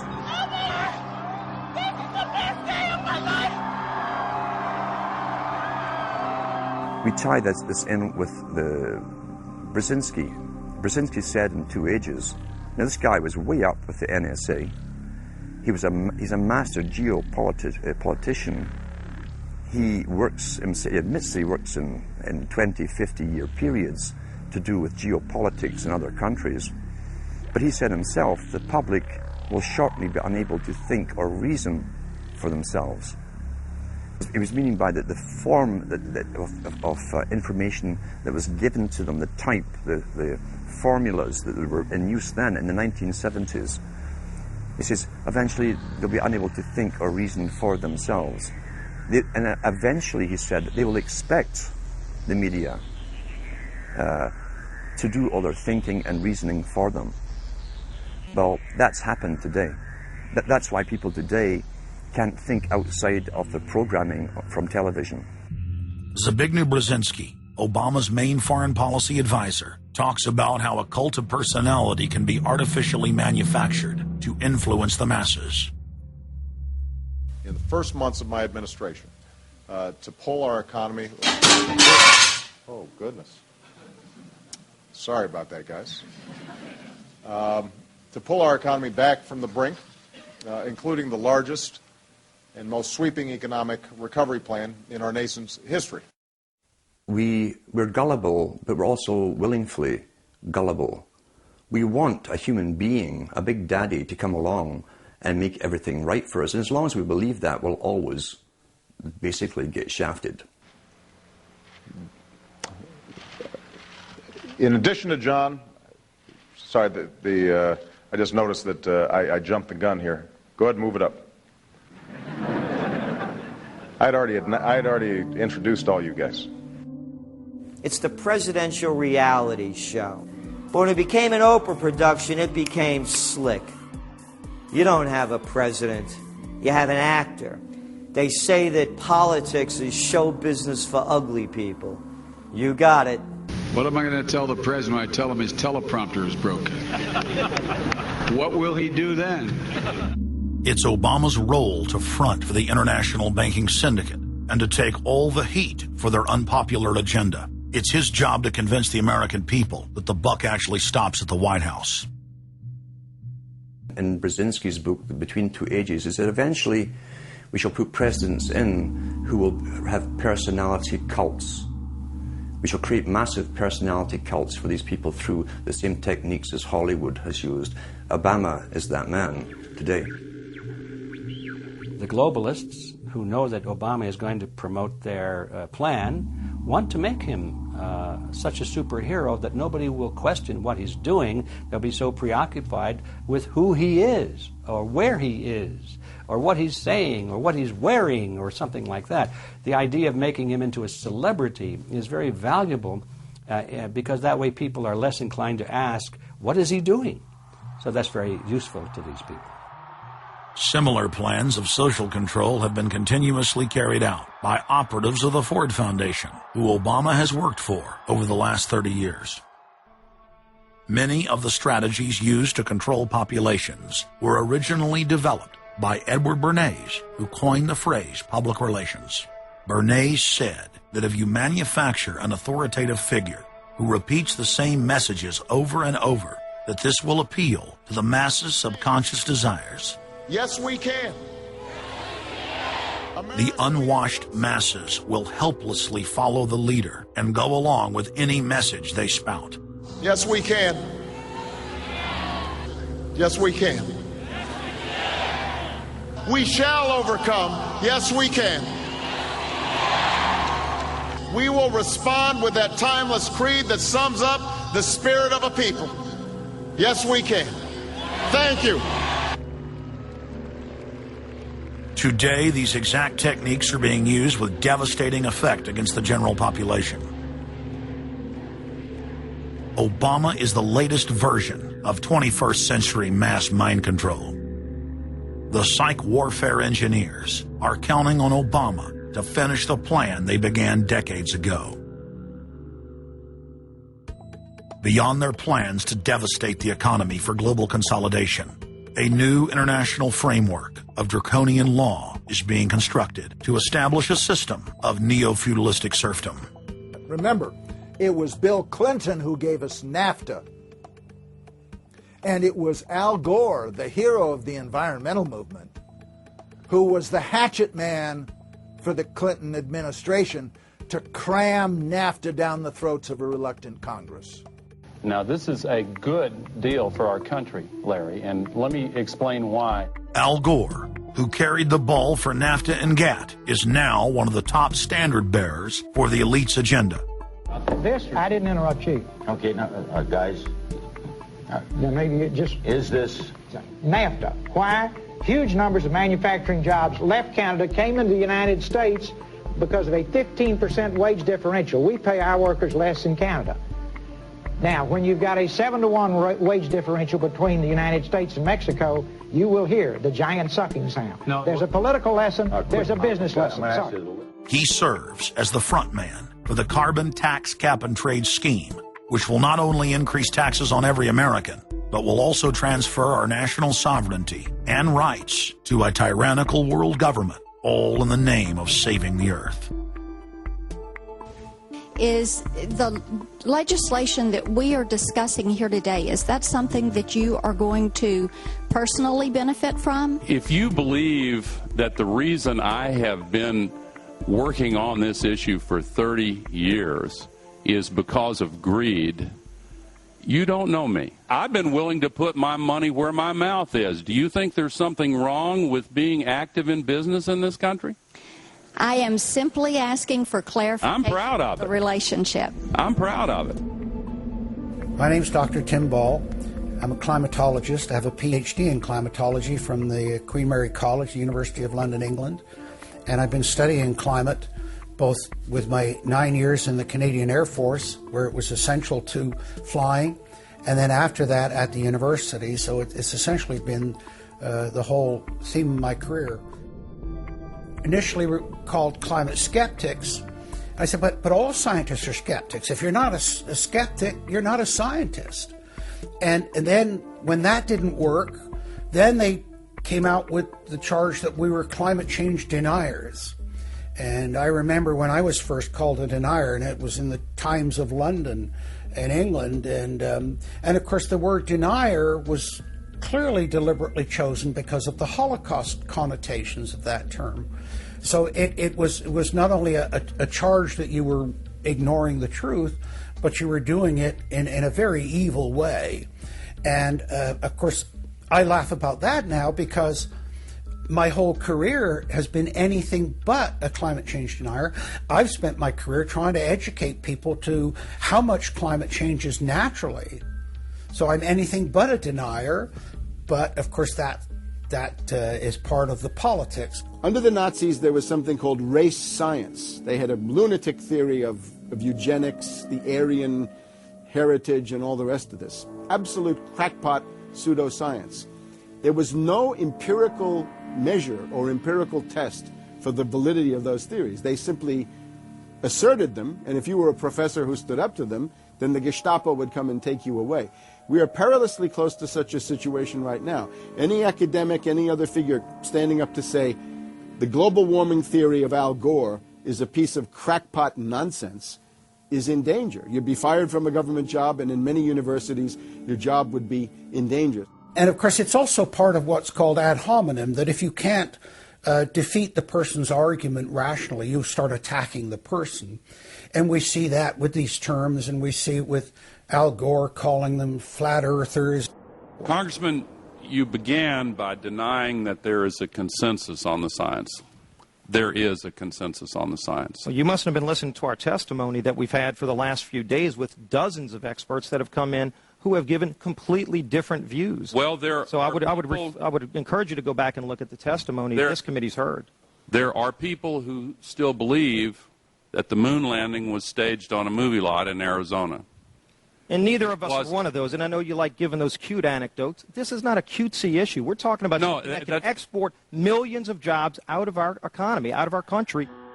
Richard Lindzen, an MIT professor of atmospheric physics, said it many years ago when he said the consensus was reached before the research had even begun.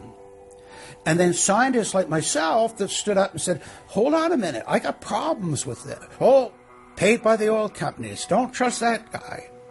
What the international scientific community is saying is correct. There is no legitimate basis for denying it. Now, you hear the consensus argument. Well, the majority of scientists. What they're always talking about is, and originally the IPCC was about 3,600 scientists, it's now down to 2,500. That's the people they're talking about. But when you look at it, most of them are bureaucrats. They're not scientists at all. And very, very few of them are actual climate experts. Now, the consequences of that, and whether that's because of man-made CO2, I think are debatable. If CO2 is not causing the climate change, what is? What are the major driving factors? And so they're essentially the ones that are left out by the Intergovernmental Panel on Climate Change. It's unbelievable to me that they can come out and ignore the sun.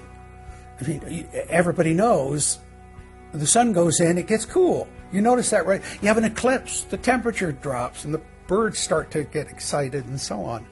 And when you look at the seasonal changes with the sun, how you can suggest that the sun is not a factor is really quite remarkable.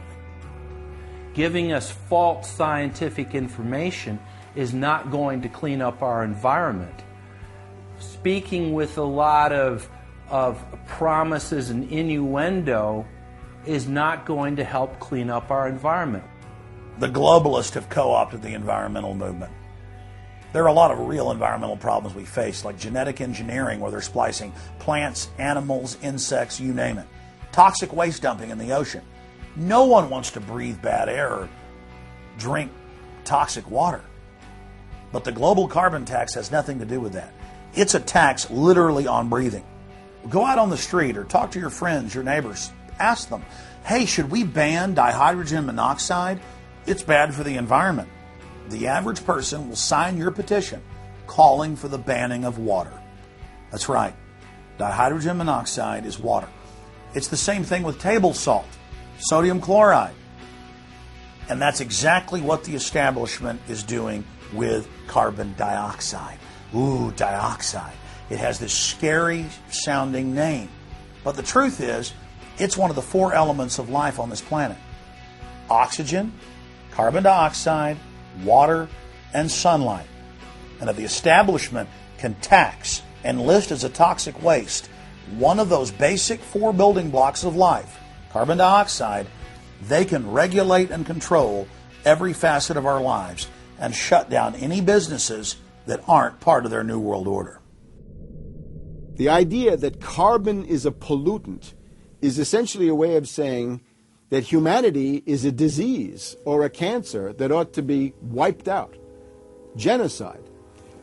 People have argued in this environmental coterie around Obama, around Holdren, the theoretician of de-development, who is now the science advisor of the White House, really the anti-science advisor. They've argued that babies are carbon monsters, carbon machines, and that every time you breathe out carbon dioxide, you're part of the pollution of the planet. This is an absolutely anti-human doctrine. They use the environmental movement to promote their real agenda, which is globalization and federalization and power. The advisor to Gordon Brown wants to exterminate 1/2 of the population of the British Isles. Now, that's something Hitler might have tried to do, or Stalin. They didn't succeed. Will Gordon Brown do it? You can read this in the statements of these lunatics, radical environmentalists fanatical Malthusians, tree huggers, whatever you want to call them. This is an ideology of genocide which can be documented exhaustively, ad nauseum, out of their own statements. When Gore said the science is settled, that raised red flags amongst the media and then also amongst a lot of other people that sort of knew that that wasn't true, other scientists, and started to look at it. And of course, the more they looked at it, the more they realized, no, science is never settled. What is coming down now is environmentalism, is nothing but phony science.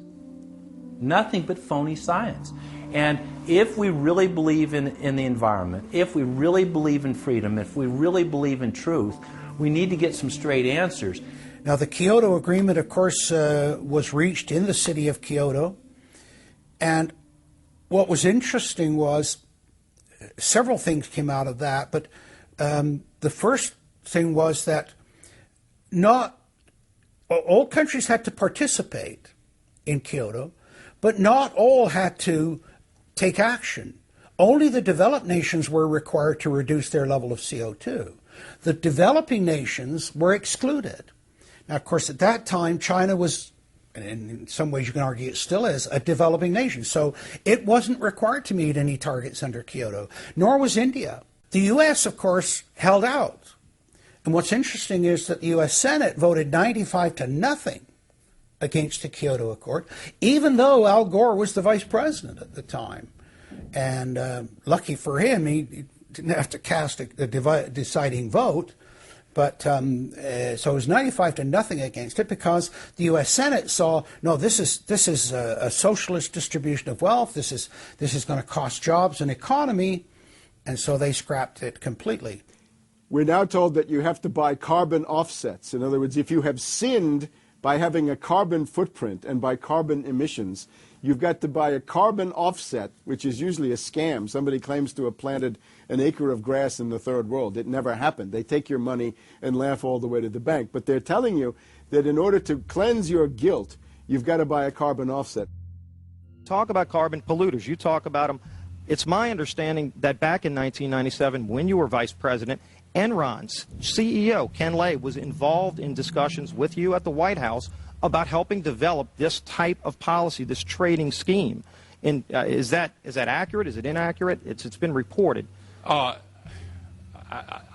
don't know, but I met with Ken Lay, as lots of people did, before anybody knew that he was a crook. Right, and clearly you can see why so many of us are concerned about this type of cap-and-trade energy tax that would be literally turning over this country's energy economy. I didn't know him well enough to call him Kenny Boy. Well, but you knew him well enough to help devise this trading scheme, and obviously we know what Enron and these big guys on Wall Street like Goldman Sachs, and I know you've got interest with Goldman Sachs. No.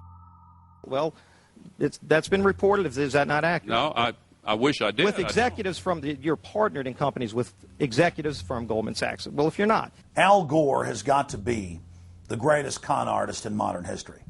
This guy claims he invented the internet, even though it's on record he's a liar, and he got away with it.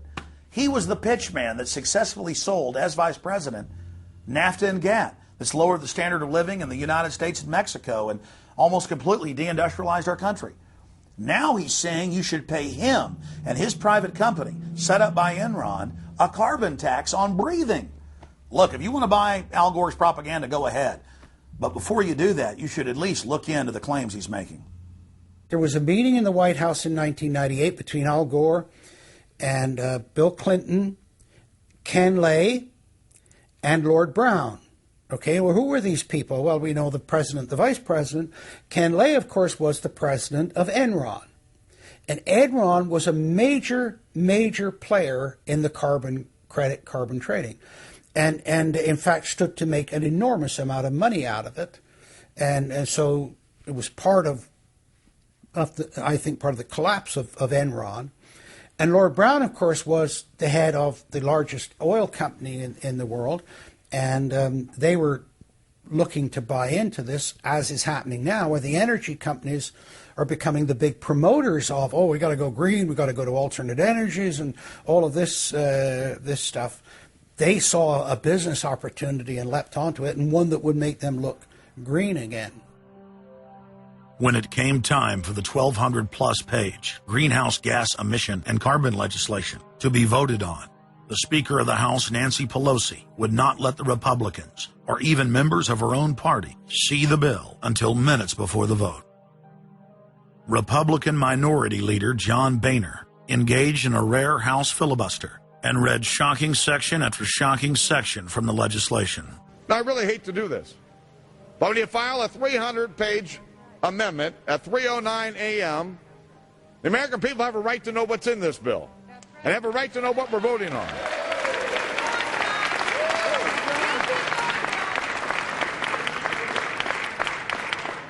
Page 48.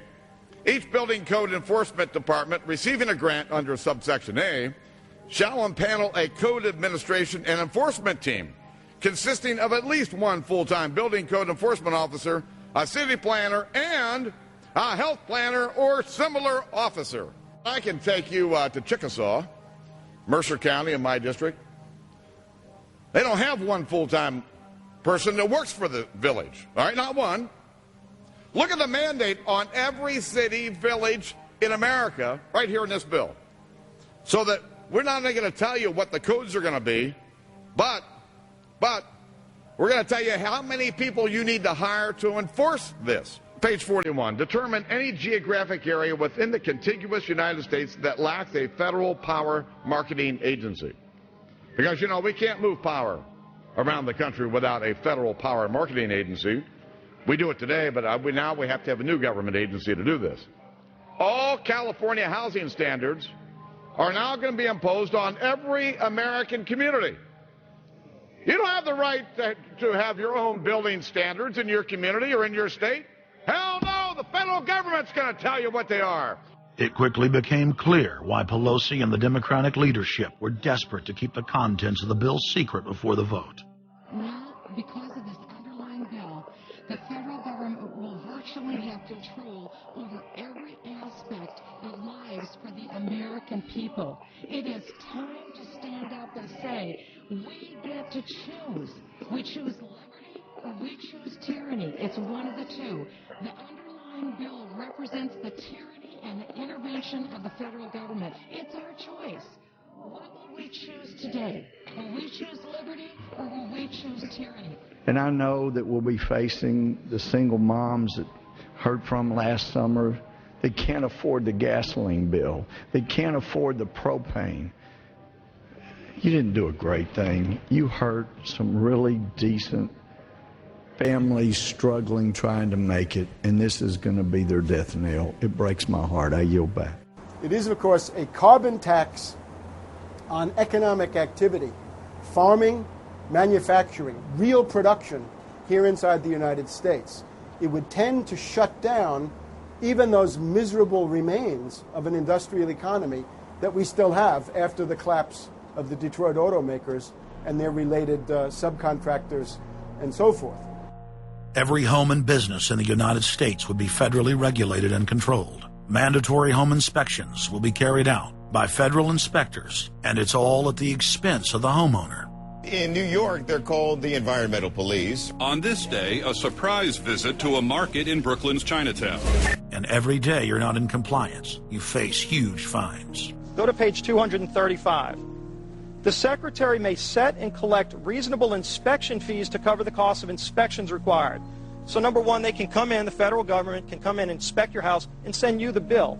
And if they find that you're out of compliance with this new federal code, the Secretary shall assess a civil penalty for violations of this section.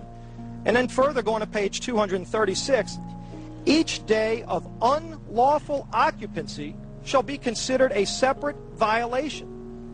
We're setting up a global warming Gestapo that can literally come in, and now this new term, unlawful occupancy. So now living in your home is considered unlawful under this bill. This is ludicrous.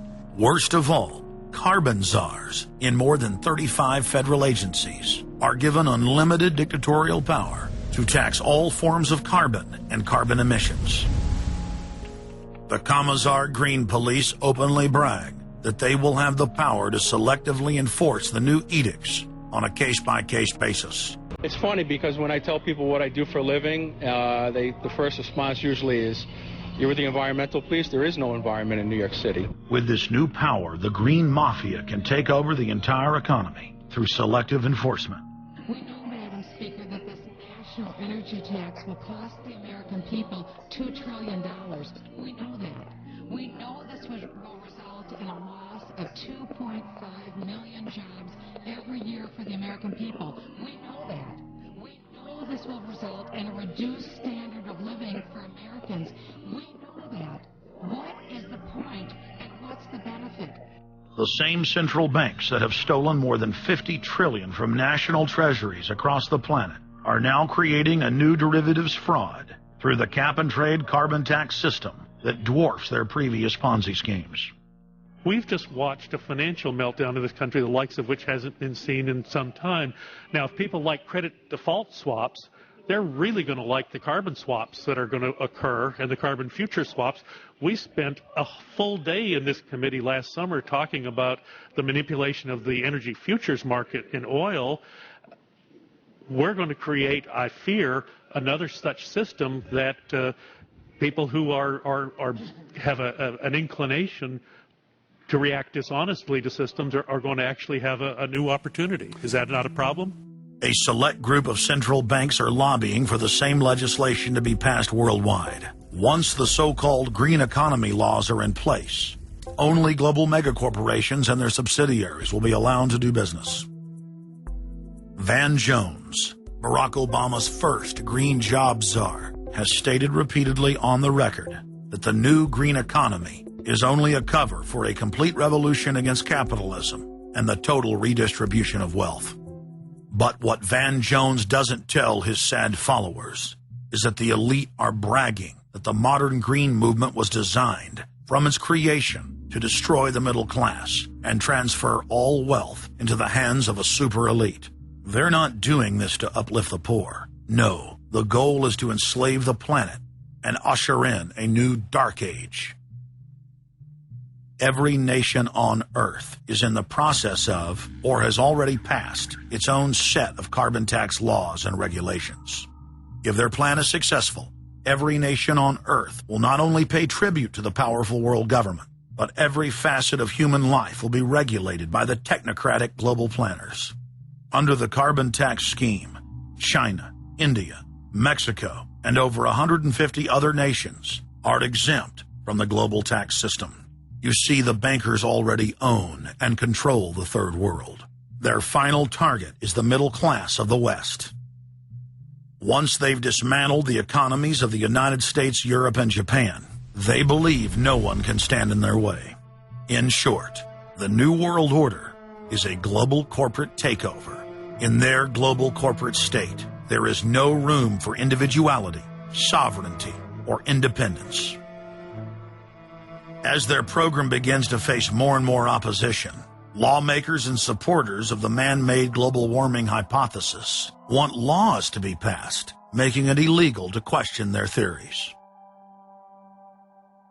Recently, the head of Greenpeace was forced to admit that the Arctic and Antarctic ice caps grow in the winter and shrink in the summer, and that this is all part of a natural process driven by the tilt of the Earth and the Sun. The cosmic radiation coming from space, the amount reaching the Earth is affected by the strength of the Sun's magnetic field. So the magnetic field of the Sun is almost like a gateway controlling the cosmic radiation reaching the Earth. The magnetic strength of the Sun is also related to the number of sunspots. So they are directly related to changes within the inner structure of the Sun. The amount of cosmic radiation reaching the lower atmosphere creates more cloud, right? And cloud forms, you need to have what are called condensation nuclei. That is, little particles around which water can change from water vapor or gas into water droplets, minute particles that are visible in the form of clouds. We've known for a long time that there was more cloud than the amount of particles in the atmosphere, because we assumed it was clay particles and salt particles that were creating this condensation process. But there was this gap. We now realize, of course, it's the cosmic radiation that's doing it. So what the cosmic radiation is doing, controlled by the magnetic field of the sun, is it's like putting up a screen in the greenhouse and blocking out the sunlight. And of course, that then affects the temperature of the Earth. That's why there's a relationship between the sunspots and the temperature on the Earth. So we now know the mechanism, but they completely ignore that. More than 31,000 scientists from across the United States, including more than 9,000 PhDs from the fields of climatology, atmospheric science, earth science, and hydrology, signed a petition rejecting man-made global warming as a scientific fraud. This shattered the hoax of the so-called consensus that the mainstream media had been pushing for years, that every scientist on Earth believed that man-made global warming was a fact. If the people are able to block their carbon tax takeover, the elite's agenda to establish a planetary world government will collapse. To force their unpopular agenda upon the planet, the controllers are racing to complete the construction of their police state control grid. Borrowing from tactics used in the past by communist, fascist, and other totalitarian regimes, every form of classical textbook tyranny is now being implemented in the West. In the United States, the central government is federalizing local police. State and local officers are in a great position to collect important information on terrorists and their allies. And the Terrorist Screening Center stands ready to help you. This video, produced by Homeland Security, is required viewing for all departments in the U.S. And with the teamwork of local, state, and federal law enforcement, we have an excellent opportunity to see the picture and solve the puzzle before these terrorists can strike again. State, county, and city police now take their marching orders directly from DHS and FEMA. The videos and training manuals turn peace officers, once guardians of the Republic, into secret police. See way down there? There's a woman taking photos of the dam. Someone called 911 and reported a suspicious person. As you guessed, she's going to be a Category 3 hit. And since it's very important that we don't let her know that we know, both the dispatcher and the officer need to make sure she doesn't hear the radio traffic. Stand by. If I could ask you to wait right here, please. Sure. Everyday items and activities are listed as proof that you are sympathizing with shadowy boogeymen of terror. Of course, he's going to keep his eyes open for anything interesting or unusual in the car. That would include cameras, binoculars, video equipment, GPS, maybe things like sleeping bags that suggest they're living out of the car. From their inception, Homeland Security and Northcom were set up to dominate the people and the states, not to fight the CIA-created Al-Qaeda. Patriotic members of the military and law enforcement, at great risk to their lives and careers, have sent this filmmaker federally and internationally produced law enforcement manuals, textbooks, documents, and videos. The MIAC report, distributed to Missouri law enforcement, lists gun owners, libertarians, constitutionalists as potential terrorists. The federally written document went on to list Ron Paul, Bob Barr, and American flag bumper stickers as dangerous paraphernalia linked to white supremacists. Even before 9/11, FEMA was quietly indoctrinating local police to have a hatred of the Founding Fathers and everything our constitutional republic stands for. Who was the first terrorist organization in the United States? Who? Founding Fathers. Founding Fathers. You mean Thomas Jefferson? Oh, yeah. You mean George Washington? Oh, yeah. Paul Revere? Yeah. These guys right here, let me ask you something. Did they try to scare people? Oh, yeah. They tried to intimidate the British. Did they use acts of violence? Your founding fathers, my founding fathers, were involved in acts of terrorism against British officials because they systematically had British officials assassinated. In the old Soviet Union, Nazi Germany, and Maoist China, the police's main job was not fighting crime. In totalitarian forms of government, the police are political enforcers, or commissars as they were known in Russia. It's their job to spy on the public and to intimidate the exercise of free speech. Once a climate of fear has been achieved, the public begins to self-censor, to shut down. Once the people have been intimidated to withdraw from the field of intellectual battle, the tyrants have a free hand to expand their oppression and looting of the helpless serfs. The average man and woman is in a trance. They get home from work, they don't even talk to their children. They turn the television on, and they let those corporate messages set the agenda in their lives. If we want a revolution against these social engineers and the scientific dictatorship, we have to start getting back to basics. Having barbecues, knowing our neighbors, loving our husbands and wives, spending time with our children, and getting back to real human culture. This false corporate culture has been superimposed over our daily lives. The public is literally under a trance. We have to somehow reach out to them and break them out of this trance. And as the globalists destroy our standard of living and bring in their police state, a lot of people are beginning to wake up and realize that what they've been told all their lives was a lie. But it's essential that we, the people, are there to reach out to our fellow Americans and our fellow human beings and show them the truth. But the scientific dictatorship needs more than just a secret police network to carry out their plan. Citizen spies at every level of society have been recruited to keep their eyes and ears focused on everything their neighbors and co-workers are doing and saying. More than 50,000 private sector executives have been recruited by FEMA to secretly serve as deputy FBI informants under the InfraGard program. Now there are more than 75,000 preachers serving FEMA in the clergy response teams. Internal FEMA documents reveal that the majority of America's pastors now serve as agents of the shadow government. They are even instructed on how and what to preach.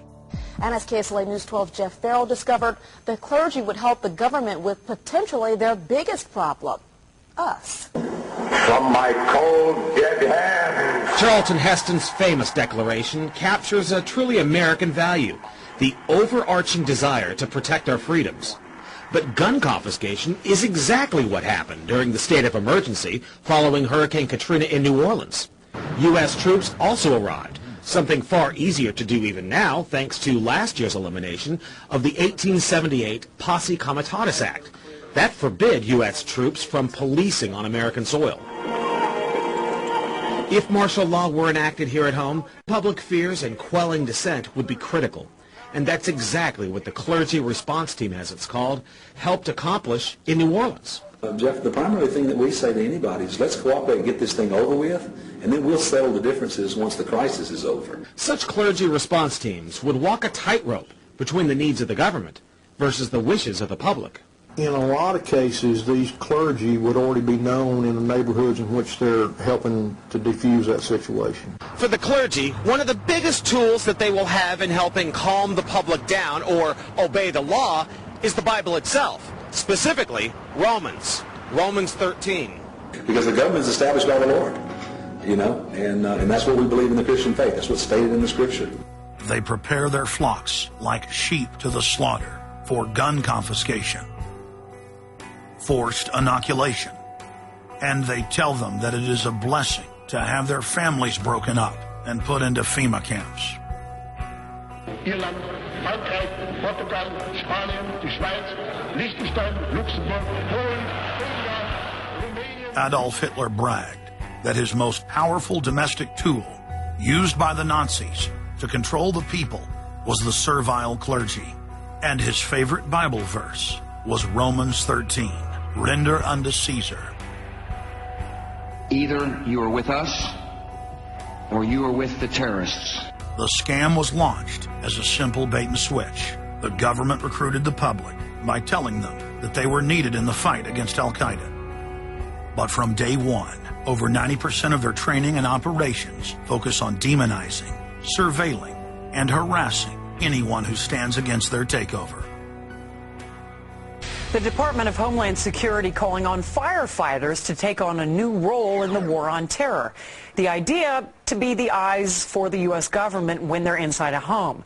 Now, unlike police officers, firefighters don't need a warrant to go into private houses. And critics say that's where things get sticky. Cable company repairmen, truck drivers, maid services, and hundreds of other professions that go inside homes and businesses without warrants are now on the government's payroll as citizen snitch spies.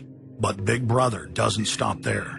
Children are being indoctrinated inside the public schools nationwide to spy on their parents.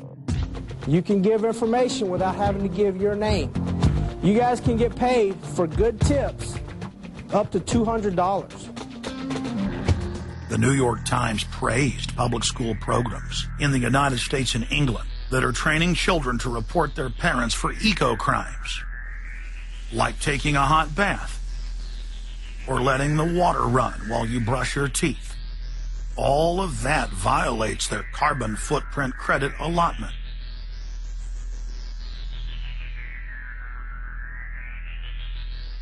Check it out, check it out. And that's where we come in. We're the carbon cops and we're on the lookout for energy wasters. Our job is to get all Australian households to cut their carbon emissions. So Carbon Cops is a program that looked at energy use in a domestic sense. We went into people's houses and got them to reduce their energy use by 50%. Sadly, the Boy Scouts of America have now contracted with the Department of Homeland Security and are now training more than 20,000 Boy Scouts in anti-terror urban warfare mount training. The federal grants are very specific. The Scouts are trained to carry out seek and destroy missions against disgruntled veterans of the U.S. Armed Forces. Good evening, everyone. Homeland Security is enlisting some unlikely new recruits to fight terrorism and help with other emergencies. The Girl Scouts. Girl Scouts across the country and here in East Tennessee are now taking part. 9-year-old Elise Murphy has already earned a lot of Girl Scout patches. And now, every member of the 3.4 million Girl Scouts of America is now being trained by the Federal Emergency Management Agency to aid and support Homeland Security in disaster and anti-terror operations. One of the things that if you talk to our generals, they are desperate for is a civilian counterpart to our military forces. Everybody somewhere between the ages of 18 and 25 will serve 3 months of basic training and understanding in a kind of civil defense. So is this compulsory then? Well, you have to, in a sense, it's a required of everybody, 18 to 25, 3 months, and at some point at that point you do it. Creating citizen armies in one way is, it's disgusting, because what you do is you get young kids and you can mold their minds easily. And we saw them chanting and crying, and they'll follow any leader, whether it's in a black shirt, a brown shirt, a red shirt, whatever the shirt might be. Another branch of Homeland Security, the Corporation for National and Community Service, is setting up literally hundreds of other private uniformed youth groups. The White House has introduced legislation to establish forced national service for all Americans between the ages of 16 and 64. In 2008, the North American military governorship, known as NORTHCOM, announced that they had deployed 4,000 regular Army troops inside the United States to deal with civil unrest because they knew that their offshore masters were about to rob the United States blind. In 2009, the Pentagon requested funding from Congress to deploy 379,000 military personnel in thousands of communities across the United States. And now, legislation has been introduced in Congress to expand a system of FEMA concentration camps across the United States under the National Emergency Centers Act, H.R. 645. The Republic is hanging by a thread. The last vestiges of our free system of government are being swept away. You know, you got time to watch baseball, you got time to watch football, you got time to entertain yourself, but I think a knowledgeable public we're losing, and we've got to get people back on track to paying attention, because if you don't pay attention to your government and what they're doing, you're going to pay some dire consequences for it. Unless we become active and become influential in the power centers of society, there's nothing we can do about it. Just knowing about it is not enough. And as long as we are given at election time an option between the Republican candidate or the Democrat candidate, both of whom have been selected by members of the Council on Foreign Relations and both of whom have the same general policies, that's not going to change anything either. So the real issue is, so what? And the answer is we've got to recapture control of the power centers of society. The people have a decision to make. Our nation has been seized in the jaws of a global corporate takeover. The Republic is passing into history. We're losing our freedoms. And it's up to every man, woman, and child in the United States to decide whether we're going to be fooled by the slick propaganda of the social engineers or whether we're going to restore the Republic.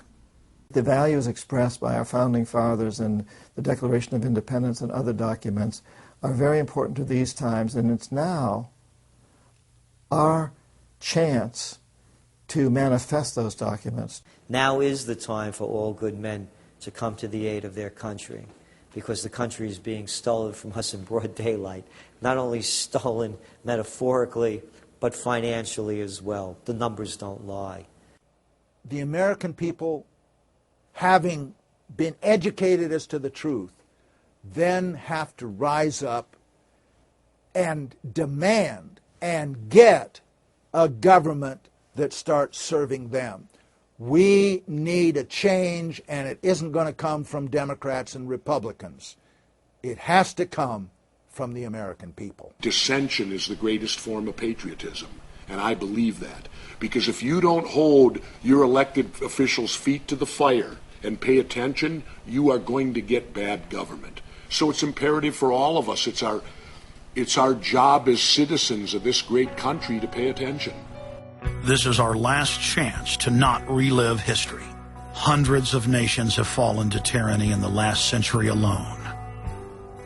America is a prize coveted by the despotic megacorporations that now dominate our planet. If their world government is truly to rise, freedom and the republic for which it stands must fall.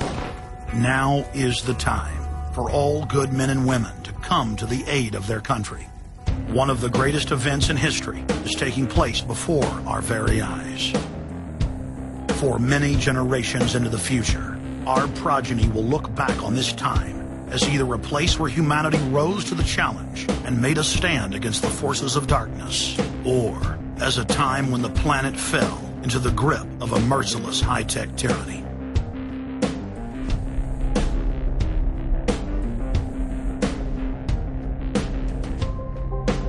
In Part 2 of Fall of the Republic, you will learn the elite's master plan for humanity. But more importantly, you will learn how to stop that plan, reverse the criminal tide, and reignite the flame of liberty on the long march to man's ultimate destiny.